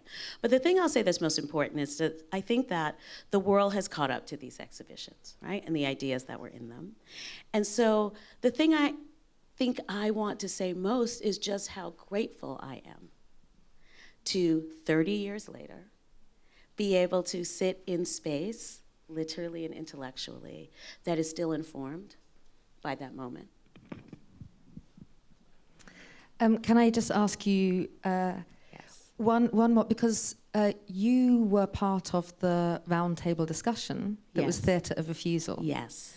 With Charles, with Hilton Els, with Gary Simmons, and this nature of these kind of roundtable discussions, which, you know, I'll stop asking you and get on to other people in a minute. But these were also formational at the time. The October Journal roundtable discussion that inspired the one in Ursula magazine now. But so could you just talk a little bit about that as well, that kind of being together, unraveling something in that time and space? Yeah, I think at that moment that being together was an aspect, a definite representation of a kind of refusal, right? Because it was about creating space to be in conversation with each other. I mean, Zoe said it, looking at each other. You know, when you think about audience, it's very clear who the audiences for 93 Biennial and the Theatre of Refusal were. I mean, these were exhibitions and projects that were trying to change these establishments. But what the roundtable was, the convening, right? It's a fancy word that they use now. I don't know what you called it at the time. But that was our mode of engagement, right? Remember, this is before the internet. And so that we spent all of those years, right, in rooms together, in the space of ideas, learning from each other in a cross-generational intellectual engagement. It is the way we understood it was the most essential sort of syllabi going, right? Because the ability to be in the space with not only the people making the ideas, but to have that be spaces that engage academics, artists, what we now call public intellectuals, that is people who were not legitimized by the academy, but lived within our space with a huge amount of sort of, you know, cultural weight, and that's where the ideas came from, right? They weren't attached to a market. They weren't attached to, you know, systems of certain kinds of institutional validation. They moved in those spaces, and we had, you know, access to those spaces. But a lot of it was deeply and profoundly self-created, and what came out of it, I think, right? I mean, was profound. So, do you want to respond, or do any of you want to respond? I was just like, yes, Thelma. Because My Zoe was response there. is just yes, Thelma. I mean, I have other things to say, but I No, guess I mean, it was more please go, like, because I think we need to put a number of thoughts on the table, and then we can take it from there. I don't, you know, all of you have much that you can add to this without me directing you in the wrong direction. well, So- maybe what I could say is, I think at that time, the way I was thinking and working was intersectional before that became a term.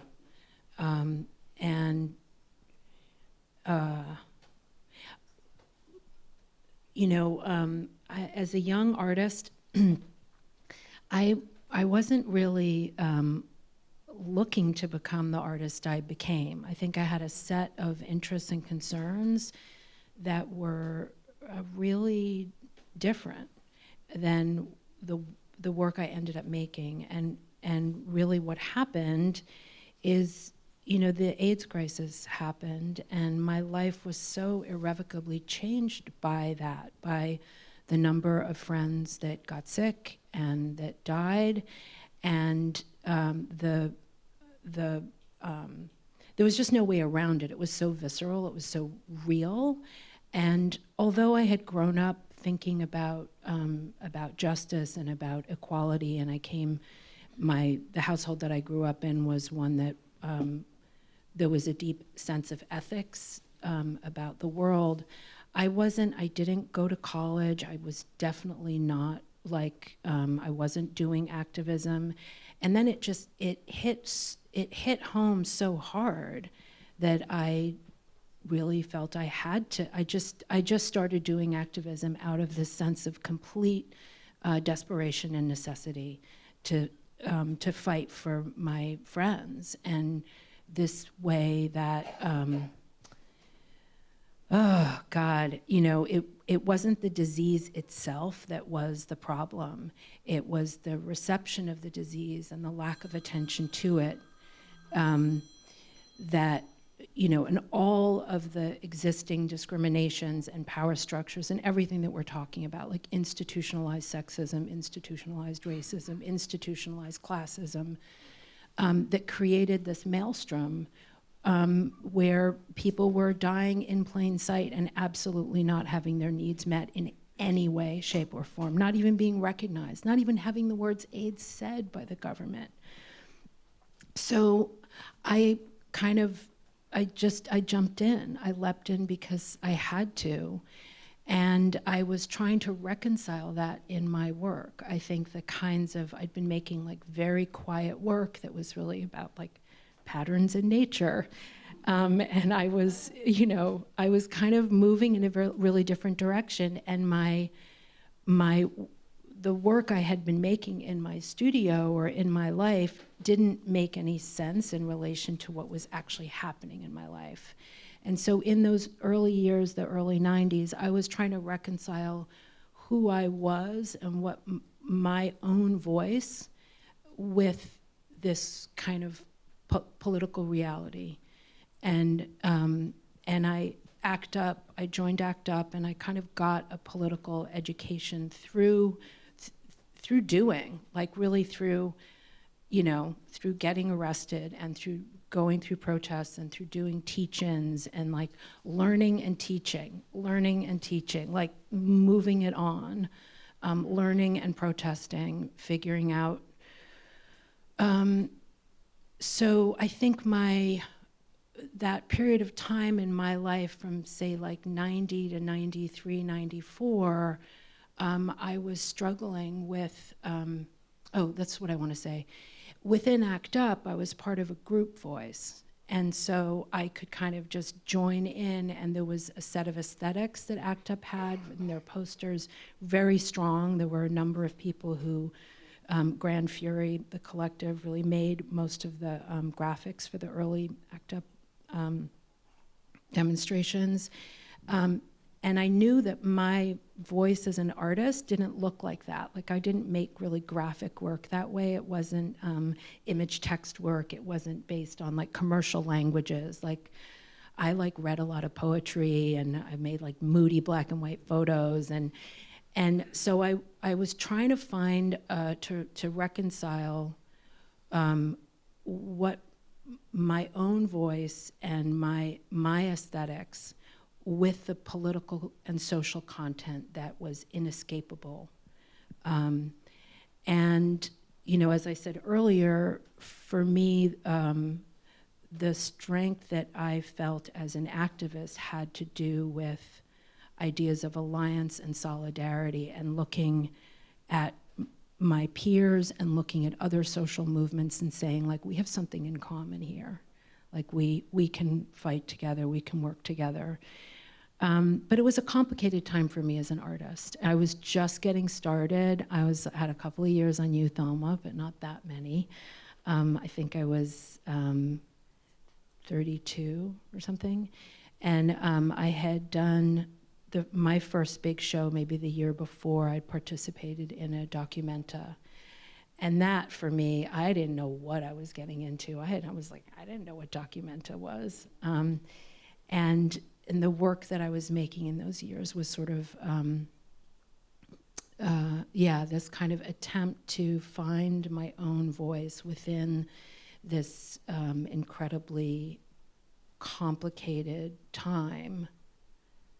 And then I'm just going to segue over for a second. And one word that I felt needs to be said in the wake of the earlier, the first panel today, this idea of the third space, I just have to throw out the word queerness, like queerness and queer theory and the whole the potentiality of queerness is not just as a sexual identity, but as a way of being in the world that rejects the binary. And that's what I really learned by making. that. Like the word queer back then was a dirty word. That was like not a word that gay people would use. Like gay, you could say gay, but queer was bigger. It was more expansive. It was looser. And it didn't only have to do with sexuality. It didn't have to do just who you were sleeping with, but it had to do with really occupying a completely different space of power and sociality, and of just completely rejecting the idea of binary power structures. And so that's what I came of age with, and I'm going to leave it there for now. But thank you, Zoe. And maybe kind of thinking about that in relation to this concept of nowness, because so many of the things that I know in our conversations, like in present day, so much of what you were thinking about and struggling with then, it's not like it's changed. It's like you may have spent 30 years refining the ways in which you ask yourself questions, but it's not like you're making work that is more complete in terms of your knowingness. Yeah. And I want to shift this slightly to start thinking about one of the elements that's part of theatre of refusal this time around, which is abstraction. And thinking about how maybe these ideas are trying to find different types of spaces. And Torkwase, I wonder if you would talk a little bit, because I think that there are many intersectional ideas that are happening within your practice, but you are insistent of thinking about space and space liberation and using abstraction as a form.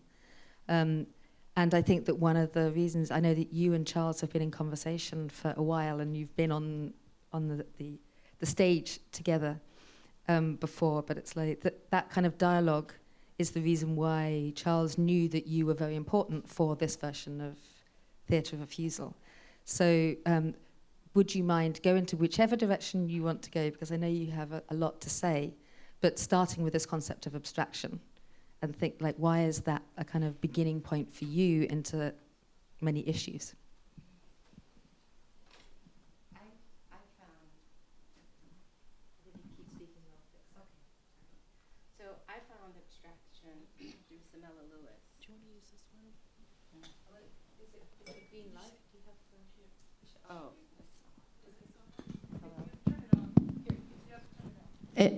It's on.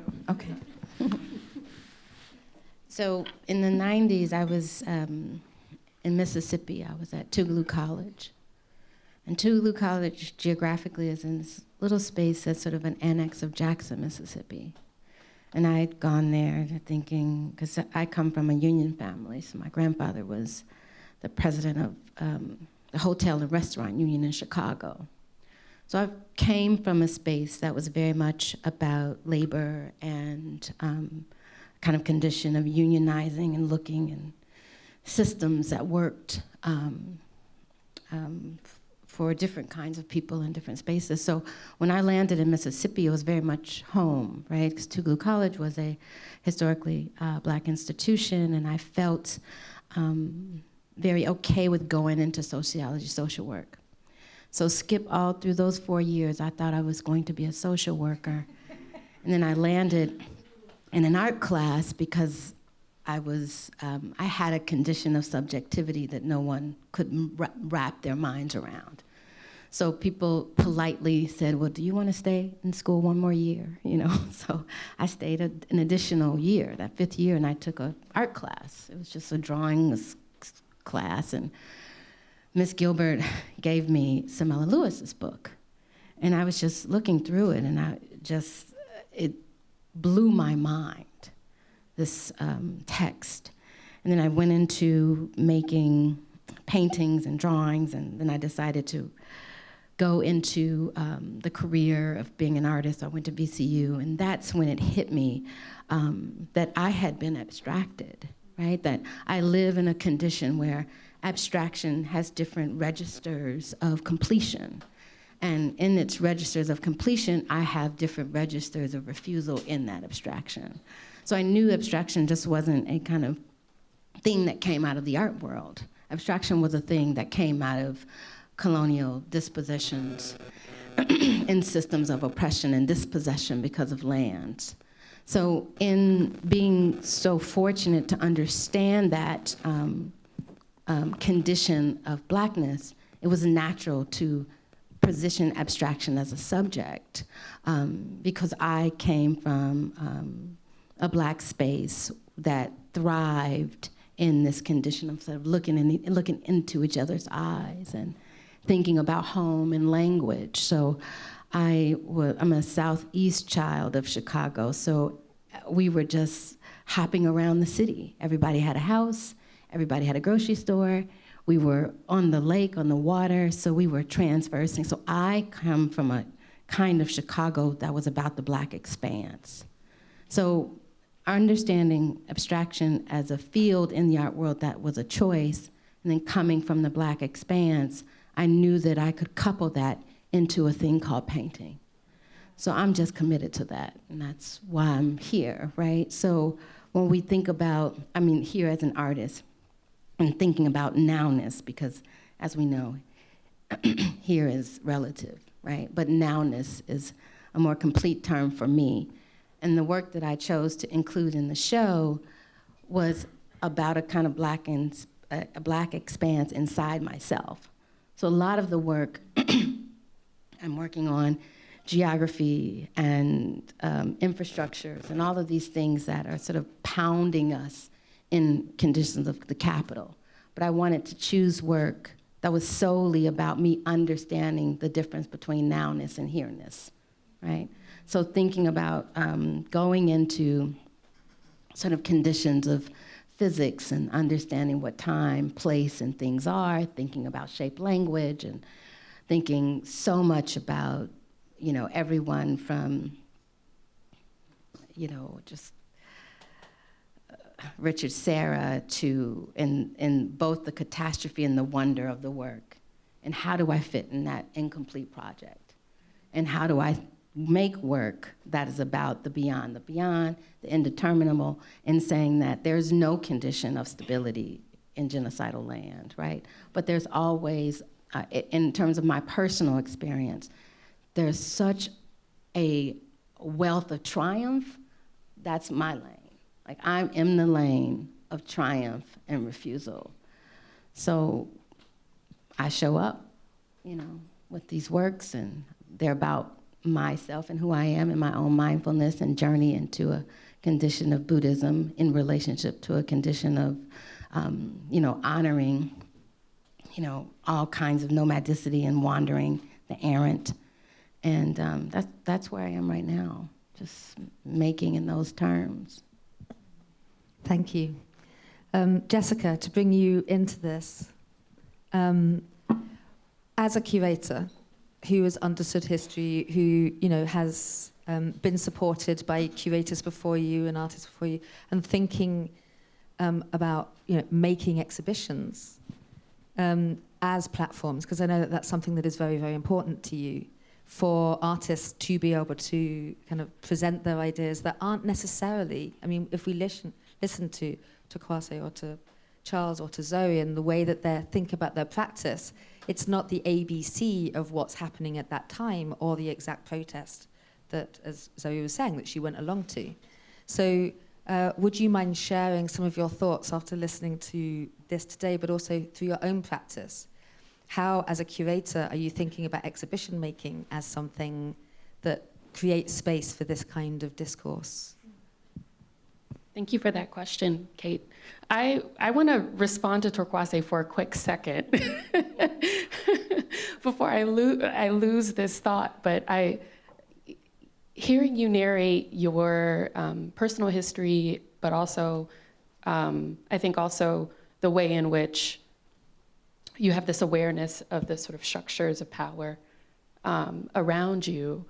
It recalls to me, did you ever spend time with the Hampton album, Frances Hart Benton? There's this one amazing image of, from the late 19th century, of Black women at Hampton University doing math, arithmetic outside.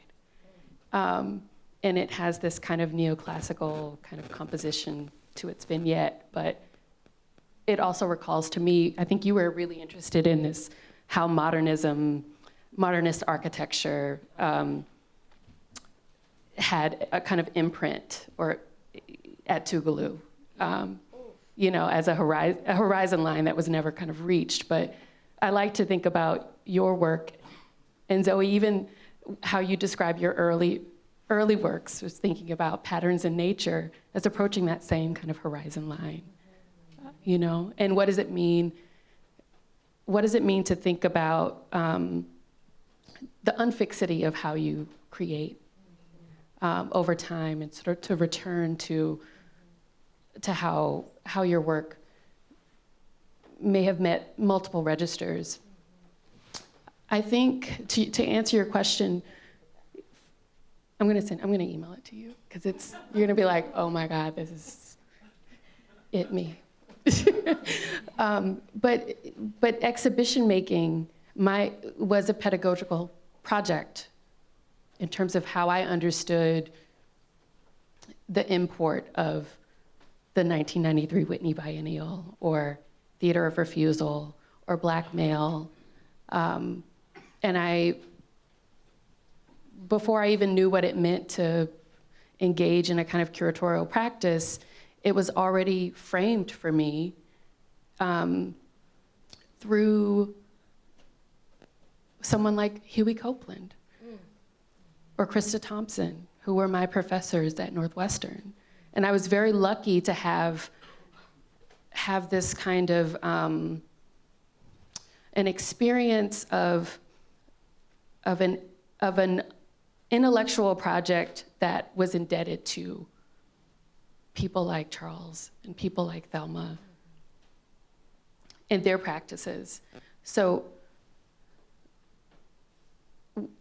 thinking about the class that I taught at Bard, a seminar on, it was called Discord, thinking about museums reckoning with questions of identity, representation, et cetera. And it was interesting to be in the position to teach, I use air quotes, to teach the Whitney Biennial, the 93 Biennial and Blackmail, without having seen it, you know, having a kind of archival encounter, or receiving the frameworks over time, you know, through those who came before me. So that I keep those early experiences very close, because what I take away from Thelma, Charles, Huey, and Krista is this kind of deeply artist-centered way of being, and to bring to the table a kind of openness, first and foremost. Like that is what I try to do in my work, because I've learned that through legacies of those who came well before me. But it's a very, I recognize that it wasn't always a given, and and in many places it's not. So I'll end there. Yeah. And I'll come back to you, but Charles, to bring you in, and then after that, again, I know that you have a lot to say to each other. So, but Charles, you are an artist, first and foremost, who writes a lot, and the collected writings are on the way, and have used exhibition making. In fact, you'll use whatever form you think is important at the time for something that is that you're thinking about, and you think in series. So I wonder if you can, just to add to the mix, because you've already said a lot, I wonder if you can talk a little bit about how you decide, like, is it the ideas that create the form? Is the form something that then feeds the next ideas? How, like, in terms of the different ways that you work, how does that work for you? When do you pick up the pen rather than make the work or make the show in the instance of the 1990s? Well, there is a relationship between the way I make work and the way we curated Theater of Refusal. And essentially, it's all based upon unpacking this idea of subjectivity. And the role of subjectivity is played in art making, as I was speaking earlier. So in the work, that's why I use systems. I mean, I employ systems to produce images in order to produce a firewall between my subjectivity and the art object. And if after that, if it looks like a work of art, then I've won. And also, I would say that I'm not disputing the concept of subjectivity or aesthetics. If they're fine ideas, and in the right hands, they do much good in the world. But in terms of my own disposition, I'm disputing defining art that way, that a work of art is a work of art because it's being produced by our subjectivity. And so in the work I use systems, and also not only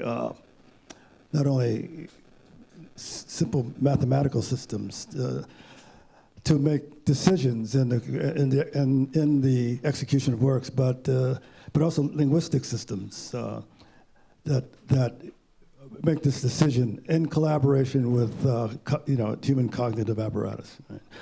So in one of the works that's in this show, Submerged Text, I select articles that have nothing to do with race, and I read the articles and extract words that, for me, subjectively references race.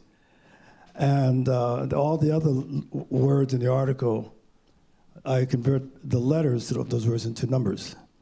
And so the numbers actually count the spaces between what I call word episodes.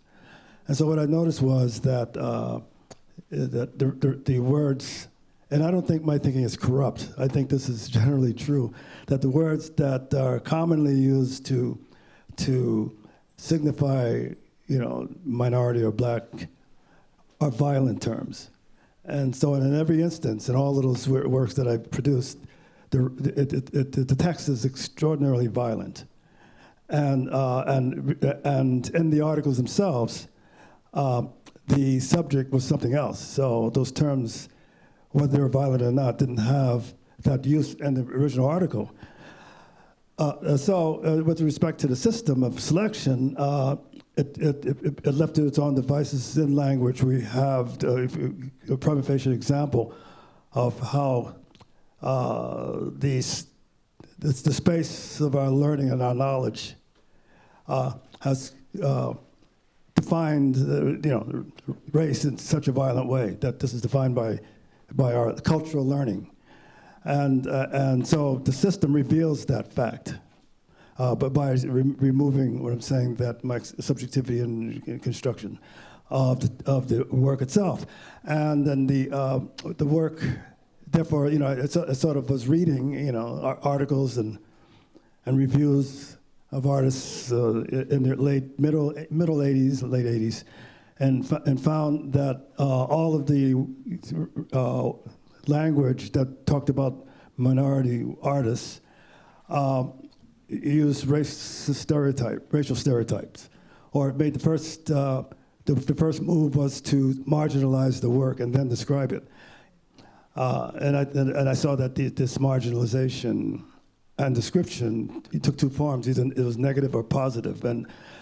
And so even if Basquiat was a great painter, he's a great minority painter. Right? So it's already been marginalized that way. And so I think my habits that I had engaged in producing works of art started interfering with the way that I read things in the world, or seeing the world. Yeah, so I applied that same idea to the exhibition, or it allowed me to perceive this marginalization in the language of writing, in language of writings about art. Exactly. So I want to dig a bit deeper, maybe because it's my own personal obsession. I mean, I love curating and exhibition making and thinking through a curatorial lens. As artists, as people who have chosen curatorial directions, I wonder if there's something that you could kind of be talking about between each other to be curated, to think through what is the most important thing like exhibitions today, next year, 10 years time, 15 years ago, how this all kind of works. It's like, because one is in the service of the other, but through that, the amplification changes who writes about the work, how the work is seen, who makes now videos of the work. And so they're so interconnected, and we know this power relationship, but like, what is it, talking your experiences so maybe more of us can hear, to be curated, to think about the responsibilities of curating because of this? Like, any thoughts around that?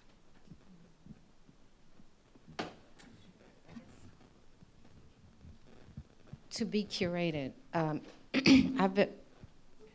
I've experienced my relationship with being curated. Okay, so when I'm curated, or when I'm working with a curator, my experience has been, I think, special. And I'm saying this because it doesn't happen to everyone, it seems. But the curators that I've worked with see me directly. They see me better than I see myself. And when I am being seen by someone who sees me better than myself, and then that person, the curators, think I have value, and then they look at my scope of work, and then they encourage me, right? They push me. This is this one, directly. So I've experienced that with major shows. So I came in a time in exhibition making where I have been sort of catapulted in my own studio. And I don't know another condition than that. So I feel when I look at exhibitions like the Freedom Principle, or I look at exhibitions like Black Male, because I was at Tougaloo at the time, and I was not, I wasn't aware of this larger art world. What I think, what I was reading is, Miseducation of the Negro, and I was reading, I read Toni Morrison the first time on Tougaloo's campus, which is, of course, an ex-enslaved campus. So coming back around and paying attention to catalogs from exhibitions, that then also catapulted me into the power and possibility of collaborating with a curator, right? So it made me feel, all these catalogs, when I think about them, it makes me feel like I'm a part of a community, and it makes me feel that I am stronger as a maker, and my commitment to abstraction is being seen, and it's critical in relationship to the canon, right? In my striving to, and pushing my practice to someplace I can't determine, the exhibitions allow a space to say, okay, the effort is there, here you go. I'm participating in something that needs to be sort of radical. And I'm participating in world building. And the new world building, experience through curation is, I feel freedom. Like, I feel a liberation. So I'm committed to this practice completely. That's how I feel. But I haven't had any terrible experiences. Zoe, Charles? Well, I've had a range of experiences. But there were a couple of things that you said that I really identify with. One is the word collaboration, and the other was this, the idea of world building. And so, yeah, like what is an exhibition? It's a proposal of a world or of a worldview, even if it's looking at the world we're in right here, right now. It's doing it through a certain set of lenses and ideas that help you look at the world more, it could be critically, but more deeply, more closely, and proposing another possible set of relations, right? Like that's an exhibition proposes something that doesn't exist at its best. And in terms of working with curators, I guess when I hear the term, like, what is it like to be curated, I'm like, my back goes up, because I don't feel like, no, I'm not going to be curated. There have been curators that approach it with that idea. They have a very strong idea of what they want to do, and they have a format, and they want to pour my work into that format as content. I think of it as like an ice cube tray, and just pour in and then pop it out. And that's never sat very well with me. And I've been lucky to work with a number of curators that don't approach it that way at all, but that see it as a conversation and as a collaboration. And a really engaged, a good curator, an engaged curator, just makes you a better artist. I mean, I've had experiences like what you're talking about, Torkwase, and it's this amazing thing. It relates back to the third space. If you have a curator and they propose one idea, and then you're like, no, I have this totally other idea.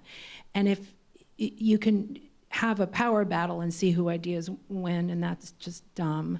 Or you, through conversation, you arrive at a third idea that neither of you would have gotten to on your own. That's interesting. And like the level of trust to go into like an unknown with someone else and be open, you have to have a lot of trust, right? Like you really have to feel that they support you in your work, but that they're also, you know, they're not just going to say yes to everything. They're going to say, well, yeah, but we're, you know, they're going to kind of kick the tires a little bit. And that is so exciting. It's terrifying because you're making something you don't already know, but it's also so exciting. And I found myself, while you were talking, I was remembering when I'd seen you speak before, and it was actually in the day of conversation around moving chains, which was your incredible piece on Governor's Island, Charles. And I was thinking about how a work like that could only come into being with an invitation to make something at a specific site. And you know, you wouldn't have made that work in your studio or in your backyard, right? Like that was a response to a situation. And it's such a phenomenal work. It just, in all the ways that it was both abstract and deeply evocative, the sound of the chains, the heaviness of the chains. So you think about labor, you think about the transatlantic slave trade, you think about all of the history of labor in New York Harbor, and that squeaking, like that horrible sound of the chains. And at the same time, it was also an oculus, like it lined up a set of viewpoints and you could walk through it. So it became also this exercise in, for me anyway, you might argue this, but of subjectivity and point of view and how I am stationed within this set of relationships. So I don't know why I had to add that, but I just had to, because it also is about this kind of, I think that, you know, what you were talking about, abstraction, and how abstraction takes many forms, and it has also the ability to return us to ourselves in some really important way. But would you actually tell us a little bit about how you made that work? If you, is that? Yeah, like how that happened and who the curator was that you worked with, and how that, yeah, I'm really curious how that work came about. Is that what you were going to ask? Yeah, once upon a time, never mind. No, the work, it was a Creative Time project, and they asked me to propose a work for a project that was going on in St. Louis. They were saddled with the job of making an art curated project as part of urban renewal thing that's going on downtown. And so that's where I designed it. But that project, the situation there sort of collapsed, and then 12 years later we wound up building it. Right? But this is you're right that I mean for a long time I cringed at the idea of people calling it a bolt, and particularly when I was when it was in the rendering stage, and then when it was built, I said, yeah, it's a bolt. Yeah. But I saw it as an assemblage. And I'm not opposed to subjectivity, and I think that you can't do anything without what I'm saying. This idea that of human invention, and you can't. It's hard to think of the idea of human invention without thinking of the concept of subjectivity. But I thought that. Because I remember that, if you made a work of art that was rational, that was a construct or something that was a result of a rational process, then people would say it wasn't art. And I remember that, right? And I said, well, why isn't it art? Because you're using your intellect. And also, that it eliminated the use of critique, that the idea that subjectivity, which I think is cynical, using subjectivity as the source or the origin of concepts means that idea can't be critiqued because it's personally subjective. And so therefore, how can it live in the world, right? If it's that way. So it's that use of subjectivity that I have a problem. So precisely your description of your experience with it is what I was hoping for. That it's analogous the way I described doing submerged text. I read this text, and these words made me think of things. Right. But the object that's made in that process is not created out of the process of thinking of things. It is that it's that the object is produced by a strategy of making, which allows me the idea of thinking of things. And so your response to Moving Chains is the best I can think of. I mean, that is that it brings you. It makes associations, linkages, and thoughts about all kinds of things that is part of your experience, and it's all legitimate with respect to it. Now, I remember Torkwase was on a panel, one of the panels, and she said she was in a debate with. It wasn't a debate; it was a friendly discussion. I like debate. Yeah.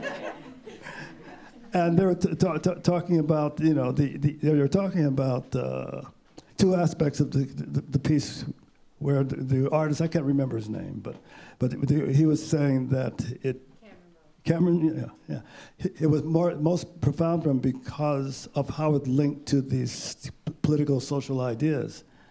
And Torkwase is saying this profound because it gave access to those ideas, but through sounds, materials. It didn't illustrate, but it's sort of it's kind of evolved out of the experiencing of the object, and so that's why Torkwase is one of my favorite artists, because she said that. That's funny, but thinking about work and exhibition making and plays. I just want to stay on Moving Chains for a second and say that talking about it as an oculus. In my mind, it's about ocular brutality.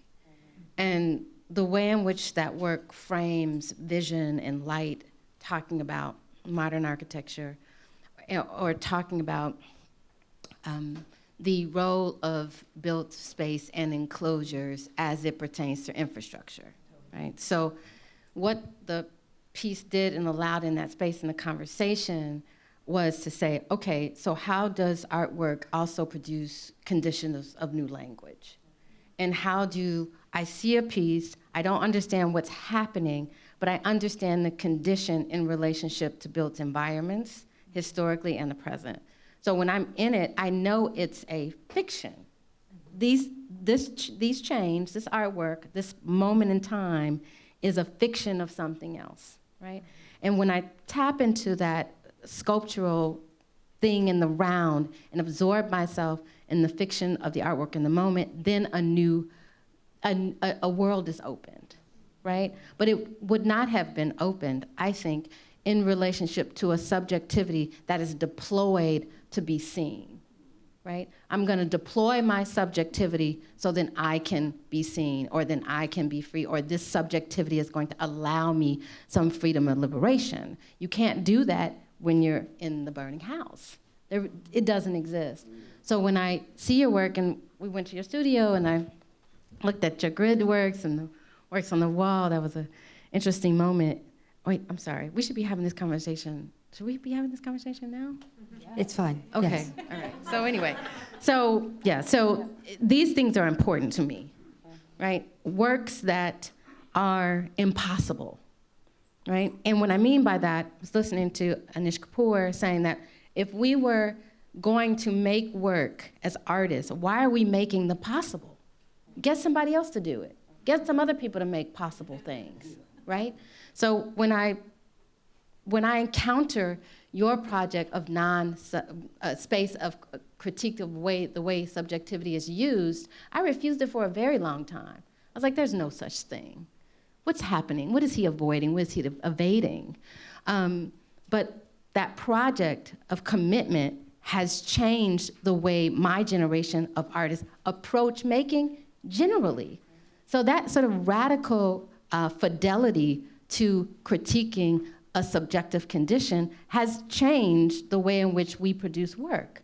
Like that, and that tangible movement of the needle, I think, is what we all as artists should be striving for, right? I had a critique with Benny Andrews once at Tougaloo. He said, you can paint, so what? So what? So many people can do it so well, and so many people can do it. It's a field of mediocrity, you know? But if we are in commitment to real change, like Carl Pope, that black male show changed his life, you know? And if we're not into that kind of intensity, I mean, I'm intense anyway, but what are we doing? So I think that moving with a kind of intensity, and I think we're on the right track, at least you all. I feel like I belong to a community of people where we're on the right track. Thank you, Torkwase. I think, Kate, you know, what this moment makes me think about in thinking about curating or exhibition making is the shift in exhibition making, or perhaps the stakes, because it did feel then, in these two exhibitions, but many others, that we understood that we had to make meaning, right? That there was no other space in which that meaning would be made. And that we also understood that exhibitions, of course, were about artwork, but they also had to do work. And that was at the core of a certain kind of curatorial ethos. And it's what I think also aligned with a shift in the ways in which we could understand what art was, who made it, and also grapple in real time with not just our own notions of subjectivity, but resist the ones, right, that were being produced in response to this sort of radical shift in what space exhibitions could be. And so, you know, I think that, you know, in the looking back, you know, I am curious to kind of understand how we were there and how we're here, right? Like I'm very intrigued, right, by what this path has been, because there was such a sense of clarity, a sense of purpose and intent that isn't necessarily reflected in the record, right? Because the responses, right, weren't about what any of these ideas of doing work were about. And it's interesting you saying that because Homi's text in that catalogue was talking about this kind of shuttling back and forth between the frontline artist and the borderline curator, and kind of thinking about how we've talked about third space, but in this moment, I mean, I saw it very much as research in action, where artists are asking questions about the world that they're in through their work. Curators are asking questions about how they put this together so that it actually doesn't describe, because nobody knew what it is, as we don't now. But how do you create this kind of shuttling that is research as you're actually making something, like creating building the plane as you're flying it? Yes, I agree, but I would also add, it wasn't just asking questions. In some cases, we were putting the answers that had there'd been a refusal to acknowledge them out in the world, right? I mean, some of it was definitely about that. And that was also a sense of the cumulative knowledge that we carried. You know, I mean, for me at that moment, you know, I was responding to not only the ways in which, you know, we had to grapple with, you know, the stranglehold of a very narrow kind of critical theory at that moment, but also I was trying to open up the space of a kind of cultural specificity that had only been able to name certain ways of thinking about, showing, writing about Black artists, women artists, queer artists, and like, could we shift that as well? So, and those worlds did not sit together at that time. So it meant, you know, for me, it felt like, you know, what it meant to be working in translation. Absolutely. And, you know, that was so beautifully said. I think something that occurs to me is that the formal questions is something that Charles was sort of pointing to earlier, that the formal questions and the conceptual questions are so deeply bound. They're fused, right? Like there are things you can't say in existing language.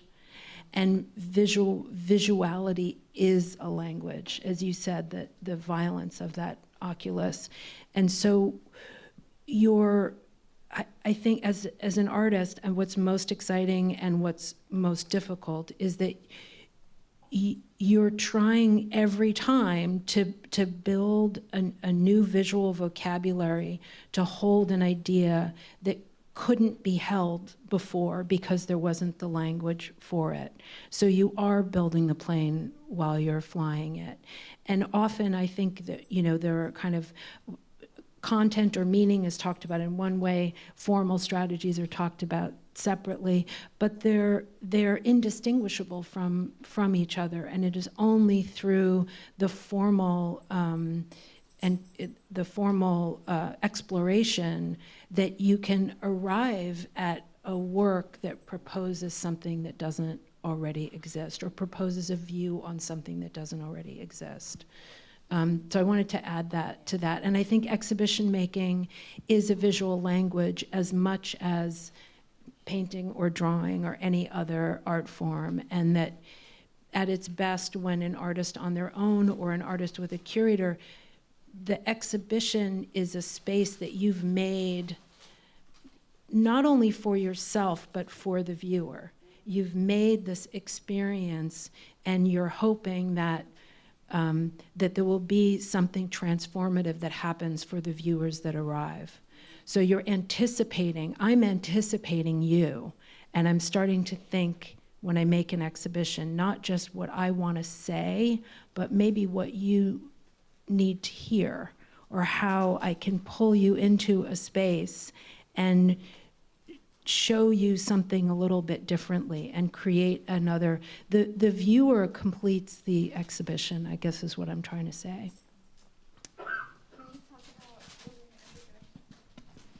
What aspects do you think should we talk about? So the first time, I think it was the first time we worked together in the movie? Worked together, yeah. Yeah, worked together. This monumental, I would say, exhibition that is traveling now on I worked with Jessica. The deep subject was this condition of migration. And working with Jessica and Ryan to put together this project, this idea of movement and Black spaciousness is huge, and this is towards invention. That I was trying to figure out how to group myself with these other artists, right? So I'm I see the list of artists. I'm like, absolutely. Oh my goodness, let me just belong. And what I did is I made myself small to belong, right? Because I am, I'm an Nguzu Saba child, so we talk about togetherness and collective work and responsibility. So I wanted so bad to be a part of this group exhibition. I just spoke to Jessica and Ryan. I said, well, I'm gonna make this thing and you can move it wherever you want, and I don't wanna take up space, and I remember, and I know I tell this story all the time, but I saw Jessica's face just like go nuts. And we were on Zoom or something, and they were like, what are you talking about? What are you doing? No. And she was like, go beyond, spread out. And this was the first project where someone said, go for spaciousness. So how would you talk about just the exhibition and how this idea of movement in every direction and Black spaciousness, and how that might, how you find it impacting the way we think about geography now? Yeah. Exhibition making in relationship to spaciousness as a metaphor, but also a physicality of spaciousness through invention. Yeah, thank you for that question. I recall that meeting. It was, a pandemic Zoom meeting where every curator suddenly had to work on developing relationships with artists that they didn't know at the time well, mediated through Zoom. And Ryan and I, my co-curator Ryan Dennis, who's a senior curator at the Contemporary Art Museum in Houston now, but formerly at the Mississippi Museum of Art, we just had immense faith we have immense faith in artists, and we saw our role as helping remove any kind of barriers, conceptually, production-wise, intellectually, spatially. Because they gave us research support. Yeah. So we just wanted to create a show that that allowed for that capaciousness in every way imaginable, and met every artist on their own terms. And Torkwase proposed this modular sculptural installation that had this relationship more so to the floor, right, or kind of horizon lines. But we also knew is that Torkwase is one of the most brilliant artists I've ever met, and was working on something that she wasn't ready to say out loud just yet. And we wanted to open that space up for her to dream, for that to happen.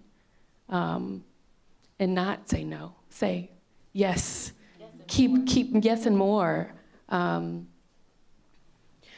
But I don't really want to talk about a movement in every direction, Torkwase. I actually kind of want to talk about criticism, because I think there is something so magical and special and wonderful about having that line of communication with artists to open up that set of possibilities.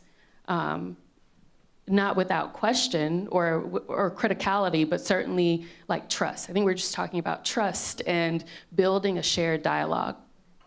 And I want to hear from Thelma and Charles about before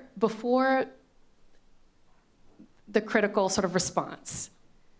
Because we focus so much on the vitriol of the moment, right? But I actually want to hear more about that, the sort of dialogic narration, and how the language around each of the artist projects began to unfold. And if there's just more that you could share, I think I would love to hear selfishly about, I think, what we're describing in our relationship. Yeah, outside of mythology. Yeah, no, I think, you've described it in certain ways, and also want to say that, when we're talking about these exhibitions, but particularly I'll talk about the 93 biennial, which happened at the Whitney Museum of American Art, that we also were considering the history of those spaces. So a lot of the conversations with artists were, iterative, and they were generative. Biennials already had a form, so that there was some sense, okay, we understand this form. There were certain codes in that form, right? Who's on 4 versus 3 versus 2. This is the Whitney that was at 945 Madison Avenue, by the way, so in terms of architecture. Biennials, there was a certain sensibility, right, about scale, right? What works came at scale.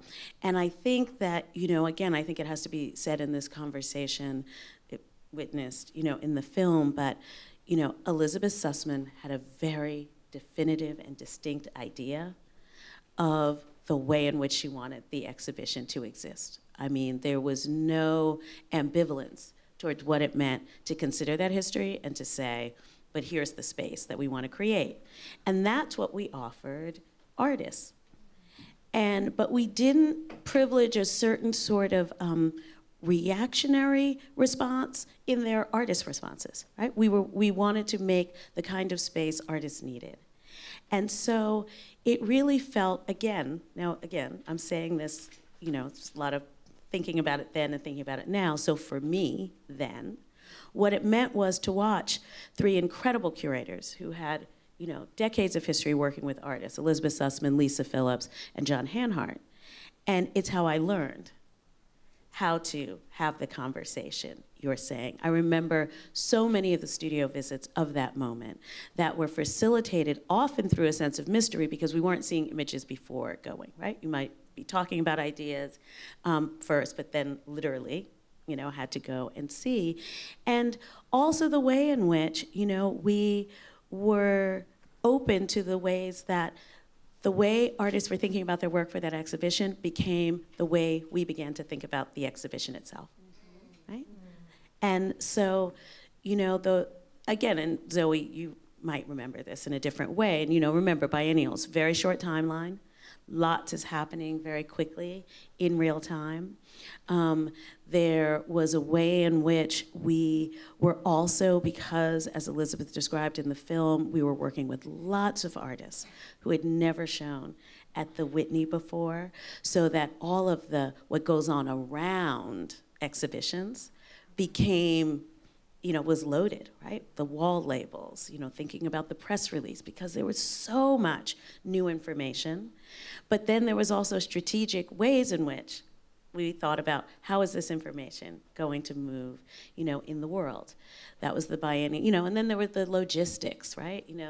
So many, what I think of now as they felt at the time as purely logistic conversations, which were actually also at the heart of the conceptual frame. Mm-hmm. So Daniel Martinez's buttons, how will those be distributed? Very, on the face, right? Not at all a complex conversation, but understanding the work that those buttons were going to be doing, right? In the exhibition and beyond, made that very, tactical conversation to me still stand as one of the most profound I've ever had about what an artwork is and what it can do. And there were just, dozens and dozens and dozens of those. And I still, I hadn't looked at the catalog until Kate called me when she first was thinking of this idea, and I, pulled out the catalog and looked at it again, and I remember so many of them, And then finally what I'll say is that also, I think the terms of understanding audience were very different. So that there wasn't necessarily the kind of deep analysis we have now about thinking about what we are offering. We understood that audiences were going to come to this without a knowledge of what it was. But there was an incredible, I think it was very courageous on the part of the institution to allow for that space. And then because we could then offer it to artists. Right? Works could be, in some ways, their meaning could be made in the space of the exhibition. Right? It did not have to be closed and fixed. As an object, as a commodity to be put there, its meaning could evolve. And I think about the many artists who I've continued to know, love, and admire, who were in that exhibition and watch as their work has moved through the years, and I see how that strategy is one that they've taken with them. into the ways that they've worked, otherwise. And so all of that very much still is the way I think and understand the exhibition. And just for the record, this is well known. Those reviews, all of those, I have not read them. Okay, I did not. I couldn't.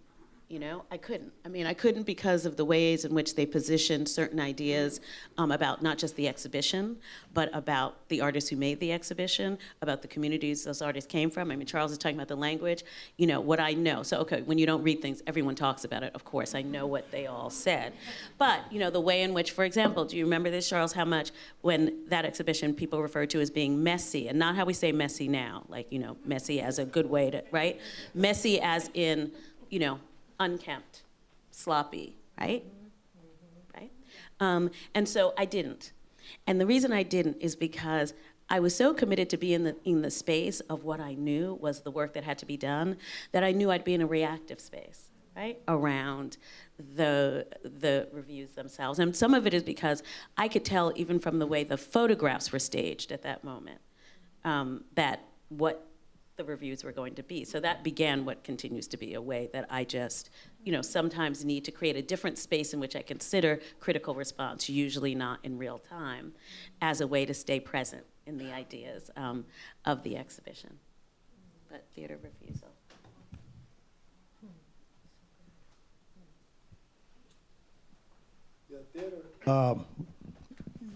It was an exhibition, but it's really a project that should have been a book or an essay. Mm-hmm.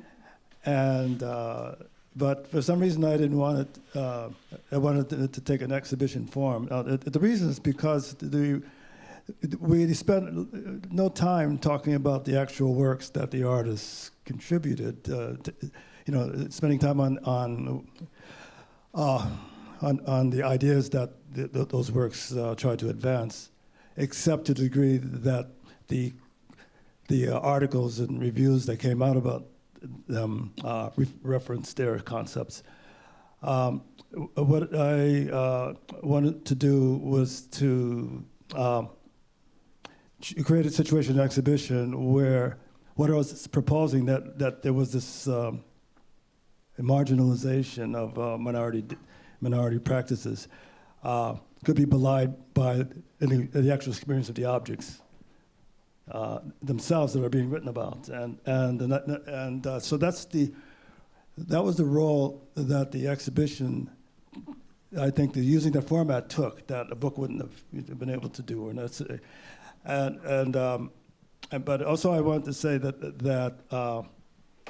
it was really building an airplane that actually crashed several times before. Because as I began to accumulate information around it, that is, we got it involved in the research, and also there's a library that we created so that the articles about the artists, but also the artists' books that artists were reading, that there was a space where content could be deposited and people can just go and do their own research.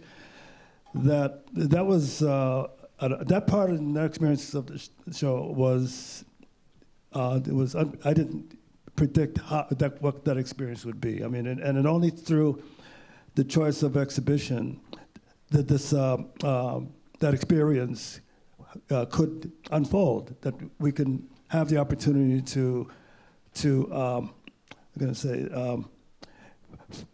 discover in the exhibition itself, not in my intention, the reason for its existence. So I'm glad that we didn't write an essay for Art Forum. Right, that it actually was a living, breathing. You're saying it's like building the plane. I felt in those days it was more like we were, I'll just say politely, borrowing planes that already existed and repopulating them. Repopulating them, I like that. It's just how the aircraft industry works. Right. Every time there's a crisis, they buy it. Right, that's what it felt like. That's the way, whether it's in museums, in the academy, we were entering these spaces, but in the entering, creating new space inside of them for ourselves. That's what it felt like. And I say that because, now, my work exists in the condition of spaces that were created, right? And so when I think of the first 10 years of the Studio Museum, that was building the plane while, you're flying it, and also getting the fuel, right, to actually allow it to fly and keeping it in the air when there are lots of conditions that want to make it crash.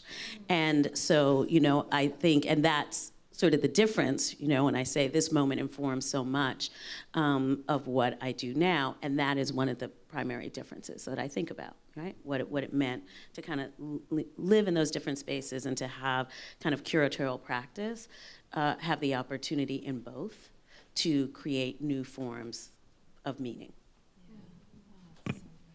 So I'm going to give you your 4-minute warning again, where it's not warning, but it would be fantastic to hear from some of you thoughts. It doesn't necessarily have to be a question. Many of you are highly experienced as critics, artists, writers, curators yourself. So I'm going to jabber for a little bit whilst you gather your thoughts. There's one thing that I want to bring in. It comes back to Moving Chains, actually, and connecting that to Theatre of Refusal. Because Moving Chains took 15 years to happen. In that time, it wasn't like the world stood still. So the idea that you had with Moving Chains, had to kind of move with the times and not with the times, and with technology and with the Theatre of Refusal, rethinking that with Ellen this time rather than with Catherine Lord. You've said yourself you wanted to bring an idea into the future or into the present so it can go into the future. It wasn't that you wanted to recurate the show, or you wanted to bring why were you motivated to make Theatre of Refusal the first time? Think about that motivation. So with your own practice, you've had to carry an idea forward with Moving Chains, similarly to how you chose to do it with Theatre of Refusal. There's one other thing that happened with Moving Chains, and that is that whilst it was a project that started with creative time, what I started to realize when it was closing is that it wasn't just enough for creative time to be able to do that. It took, I think it was 2 or 3 directors, Justin's in the audience now, and Jean Cooney from Times Square Arts, and Meredith Johnson at Governor's Island, to all decide, 3 women directors come together and say, we can't get this damn thing to happen unless we work together. That thing had been 15 years in process. And so that was a kind of difference in the moment as well. So, you may not have anything to say, or you may, but I just wanted to, it's so interesting to me, or thinking about your work through this type of conversation about how much you have brought ideas into the present each time. When there is a moment in which people say, manifest, it's like bringing these ideas forward that have been with you for a long time. Moving Chains is interesting because essentially the critical structure of the piece was established 15 years ago, and nothing new was added, and so the world moved on, but it made all of those issues even more compelling. I mean, just the world, the passage of time made the piece, at least in terms of critical understanding, more necessary. And I found that to be an interesting discovery, because I remember when back in 12 years ago, so once we knew it was going to be built in Cincinnati, we were having a discussion about, its timeliness, and we thought that was absolutely the best time to show that piece, and it's too bad it's not going to be built, because there won't be a Gene might remember this, it won't be a better time, and 12 years later, we're saying the same thing. This is the best time for this work to be built, yeah. And similarly, I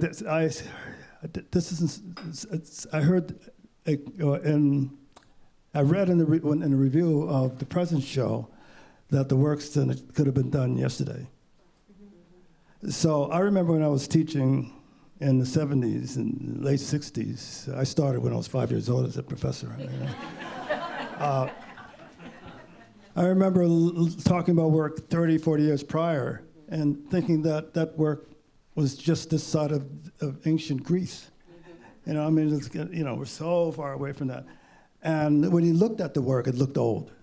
This is then, with this change, and I think it's because of your show and shows like it, that whole sense of time has completely been ruptured. That old sense of time has completely been ruptured because, you know, following Homi's wonderful thesis, the work keeps unpacking the problems that it wants to address. That it started to address, but it keeps unpacking the problem, and it's changed the entire way time relates, the passing of time relates to the structure of art and how we can regard how the history of art should be considered.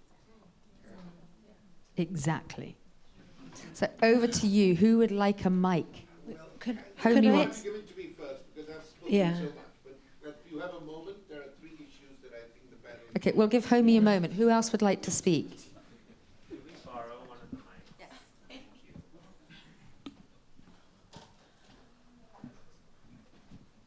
Hi, everybody. What a wonderful panel. Thank you so much for doing this. While I was while I was listening to this conversation about the 1993 biennial, I remembered something about the 2017 biennial, and I went and looked it up on my phone, which was the Jerry Saltz review of the 2017 biennial, Whitney Biennial, which he wrote. He must have written it even before it opened, or very quickly after it opened.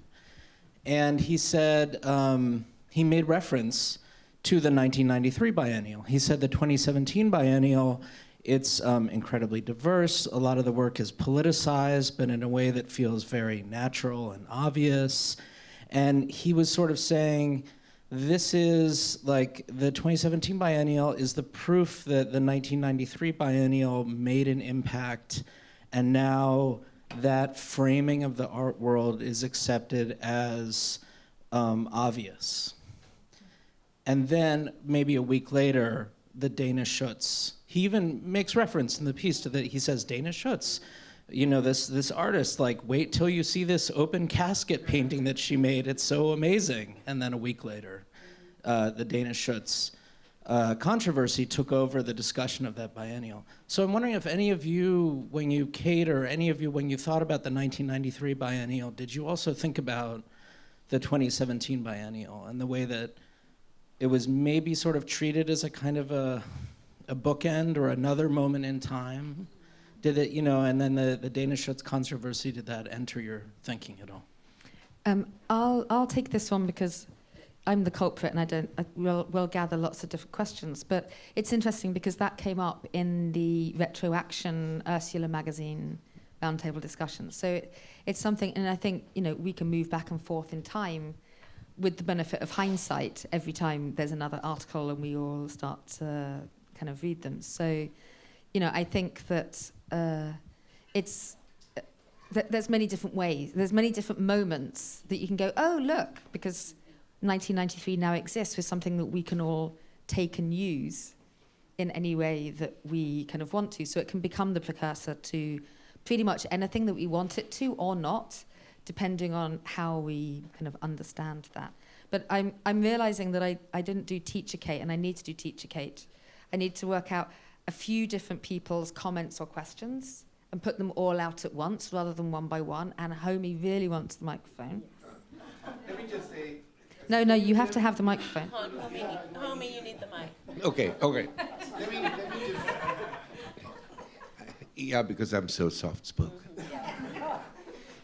Let me say that I found this panel absolutely riveting because it was a combination that you very, very rarely get, and certainly very rarely in the written work, in the criticisms, in the reviews. Here we had artists speaking about something that they called subjectivity, and were not quite able to explain what that was. You talked about its temperament. Somebody talked about it as the freedom to expand, all these aspects of it. And yet there were remarkable curatorial and directorial understanding of that complete, of that very abstract language and that very abstract process which creates concrete things, and also the institutional responsibility. So the insight and institution, the way they knit together in this panel was, I will say, unique, and we will have to have a retroactive 30-year review of this very panel.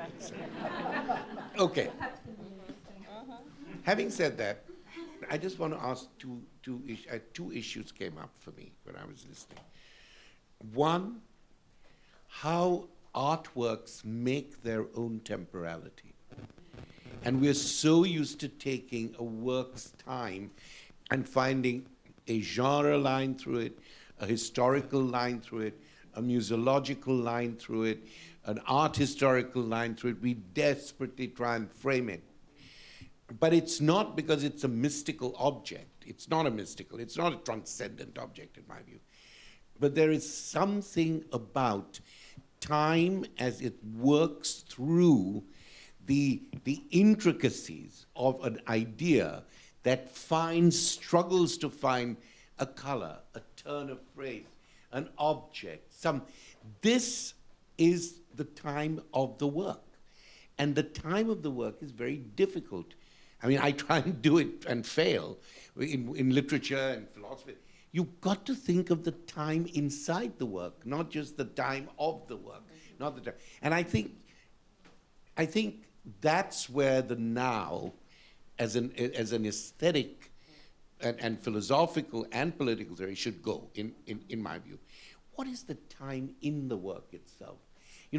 When one, I'm totally cliche because I'm not an artist, but when one's notion of scale of a paint or something, one then gets within the work displaced into another scalar perspective, and then that following that through is the time of the work. And I think that's something, and that has a psychic, not in an individual sense, but a psychic effect. And I think, and it baffles language, and that's a damn good thing. And that it should baffle language, because that's a problem of translation. So that's one issue about time. The other issue that really fascinated me was, we use the word subjectivity. The thing about art is its subjectivity.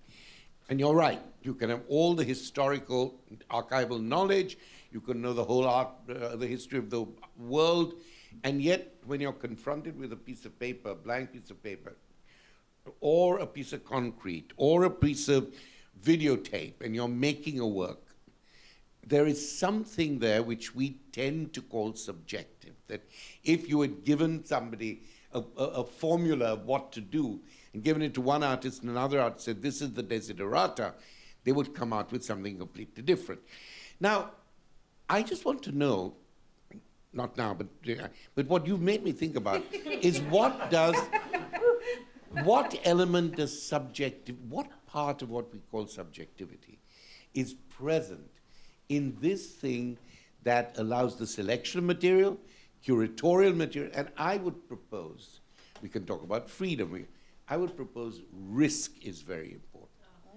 The best curators allow you to take the risk, the best critics take the risk alongside you, and in my work, the most memorable artists are risking themselves. That's what I call alterity, to risk yourself, not just to impose your difference or to articulate your difference. Finally, I want to say, this idea of abstraction, I thought it was so important because what you were saying, if I got you right, is something I'm grappling with for a museum I work for, or I advise in India at the moment. It's going to open in 2 years, and we're thinking about how to create a narrative. You said that your interest in abstraction was a certain kind of stirring of your own experience. You didn't put it in words, you didn't draw it in figures, it was non-representational. And it did not come from a life spent looking at art books or artworks. And I think why abstraction becomes so intelligible and so expressive for non-elite or minoritized people, that's something that interests me. If you think of Indian abstraction, if you think of Indian abstraction, everybody in the board meeting would say, oh, you know, people find abstraction very difficult. But if you look at all the artists who produced the canon of Indian abstraction, one came from a village and never quite left. The other came from a tribal tradition.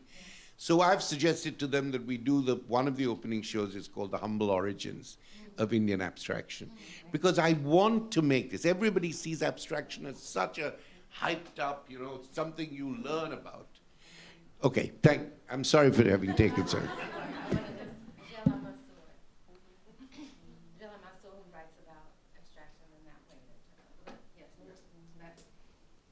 I can see like many conversations are going to unravel from this, but other people in the audience that would like to say something at the back there.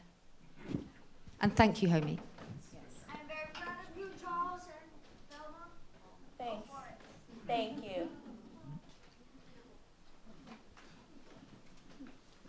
Thank you so much. This was such an incredible conversation, and I want to thank Homi as he's making his way out. I'm over here. He's coming back, don't worry. He's coming back. But for bringing up the idea. Something very abstract and very specific at the same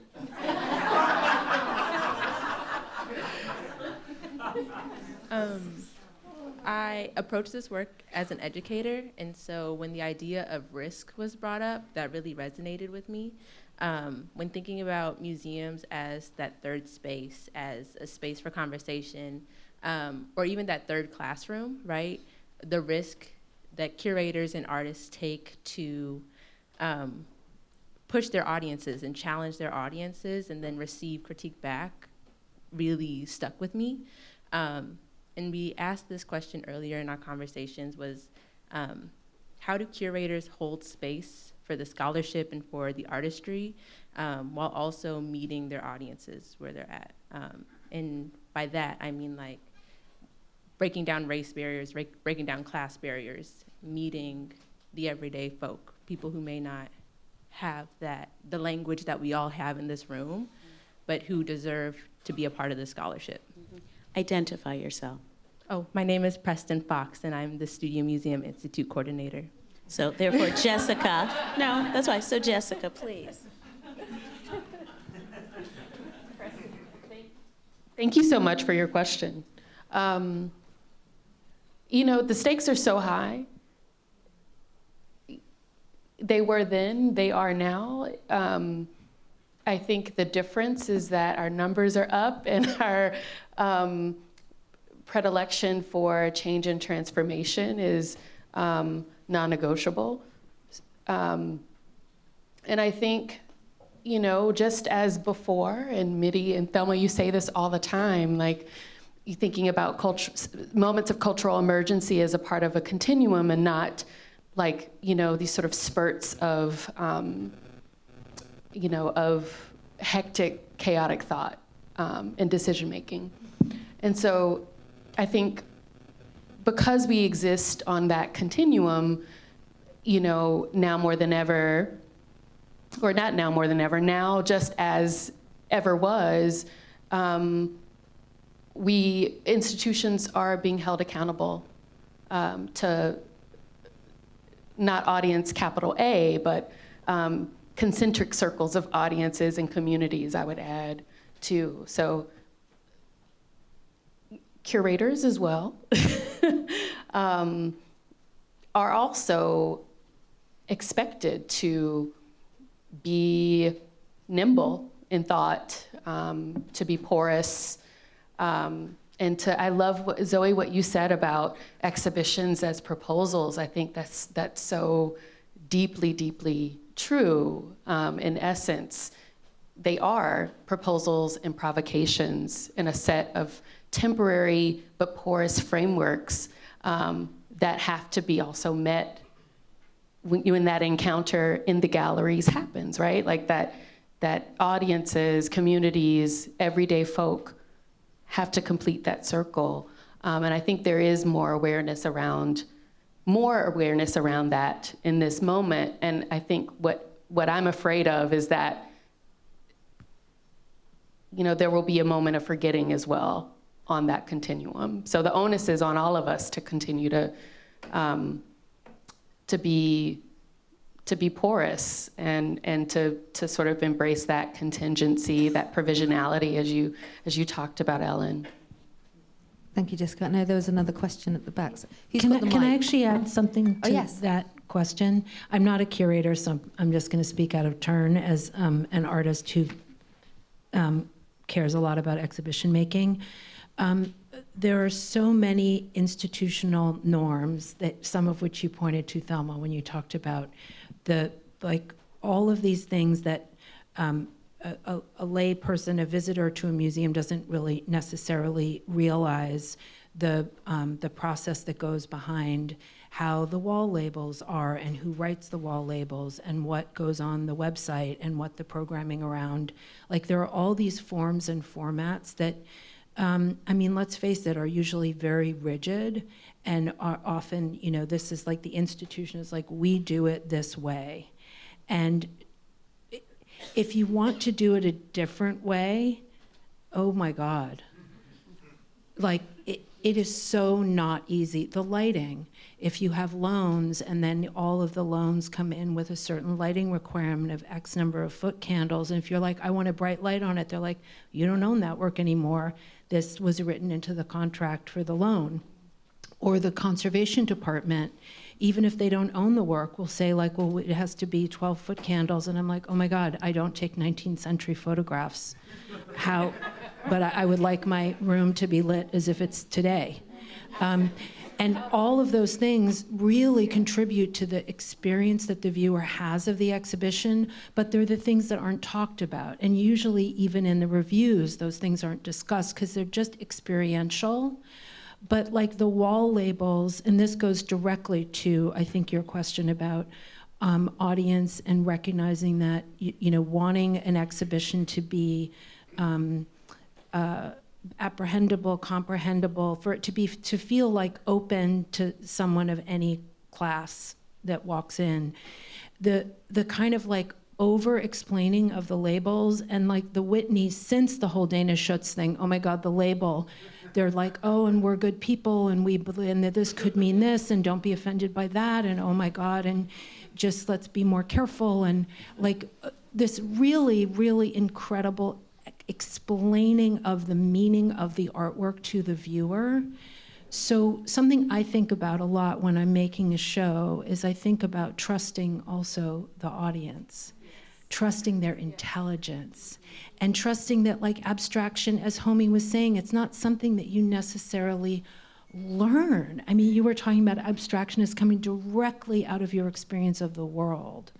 And so I feel a lot like I dropped out of school when I was 15. I did not go to college. I do not have a degree. I did not go to art school. So I didn't learn all those terms and terminology.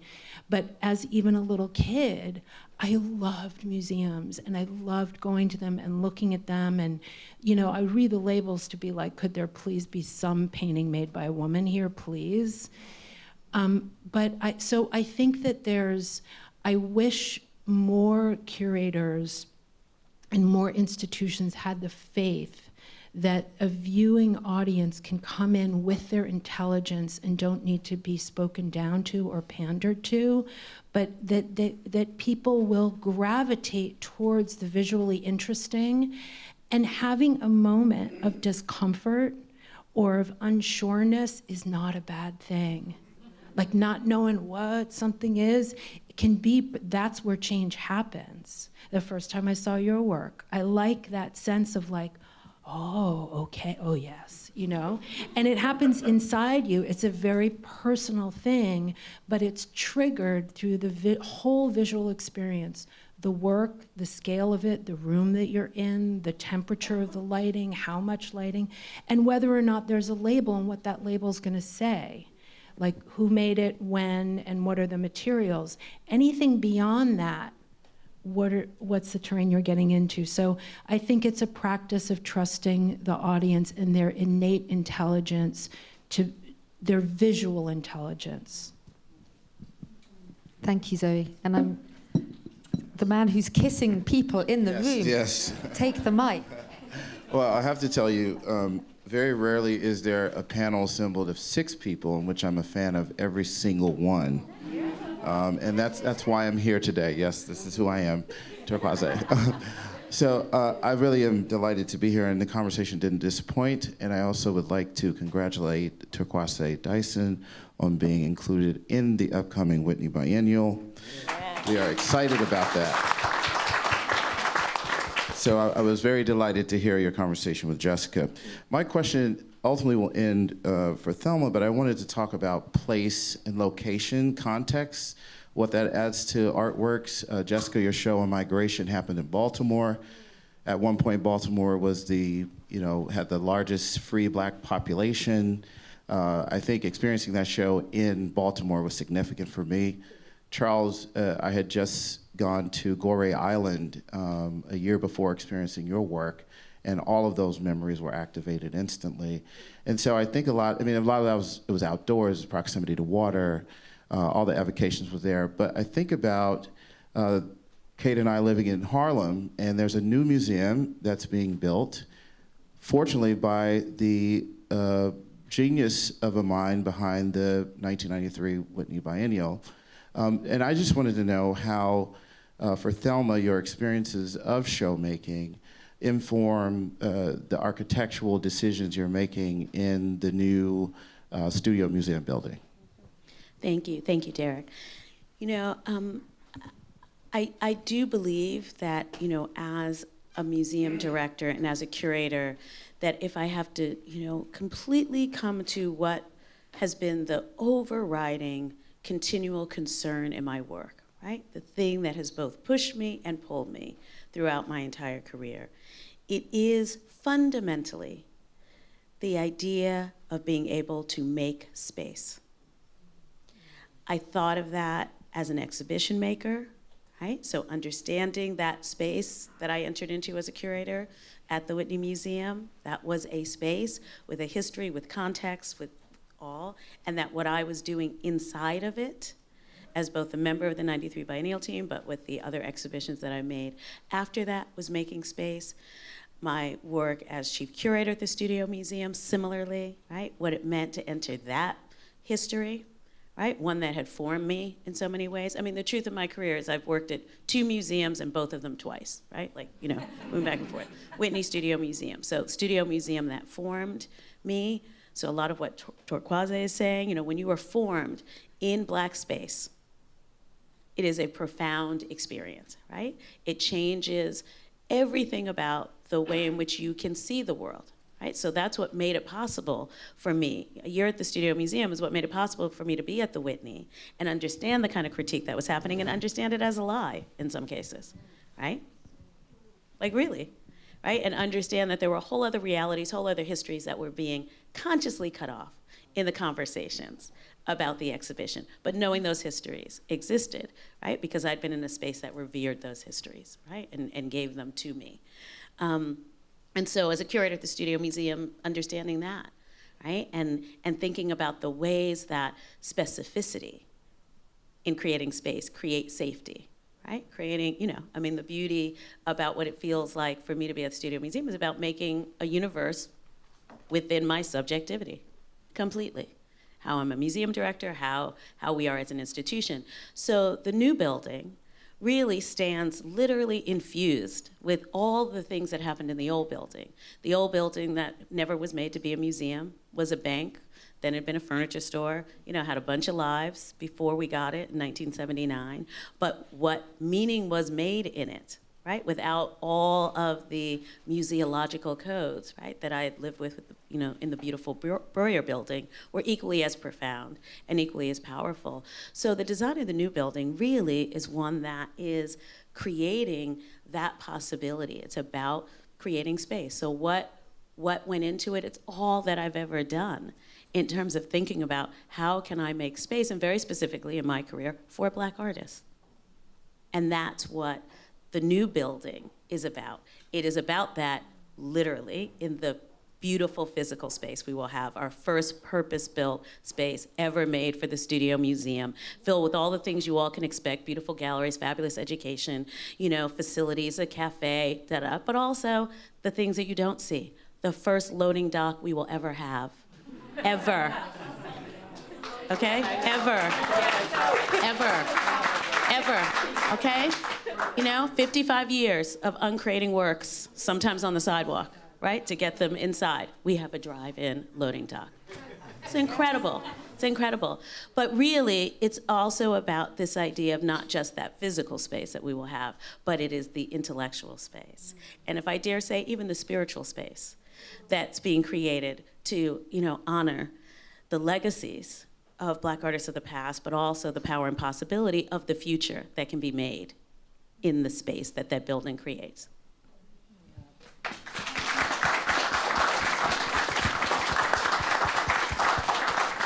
So there are two people that I want to say thank you to, apart from you as an audience, incredible, and everybody who's been working on this, this symposium behind the scenes. Thank you to all of you. I also want to say thank you to Taryn Simon, because she's the person that introduced me to Homi. I was like, Taryn, get me to Homi.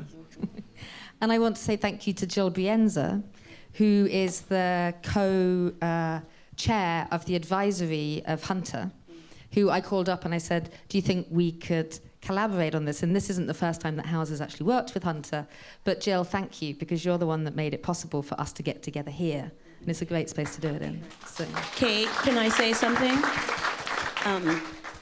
Kate and I, you know, are longtime colleagues, so she won't be mad that I'm now being museum directory as I stand here. But I also want to thank Kate. I also want to thank Kate.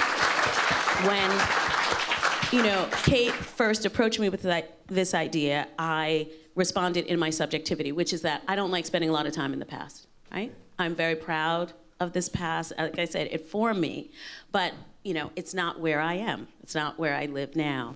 And Kate made me consider this in a very profound way, and I was grateful for it, because what you were bringing in terms of your vision and your view of what it meant to think about this moment and to bring new meaning to it, I want to say on behalf of, and I hope that they will allow me, both the previous panel and this panel, to thank you, right, for what you have done. Thank you.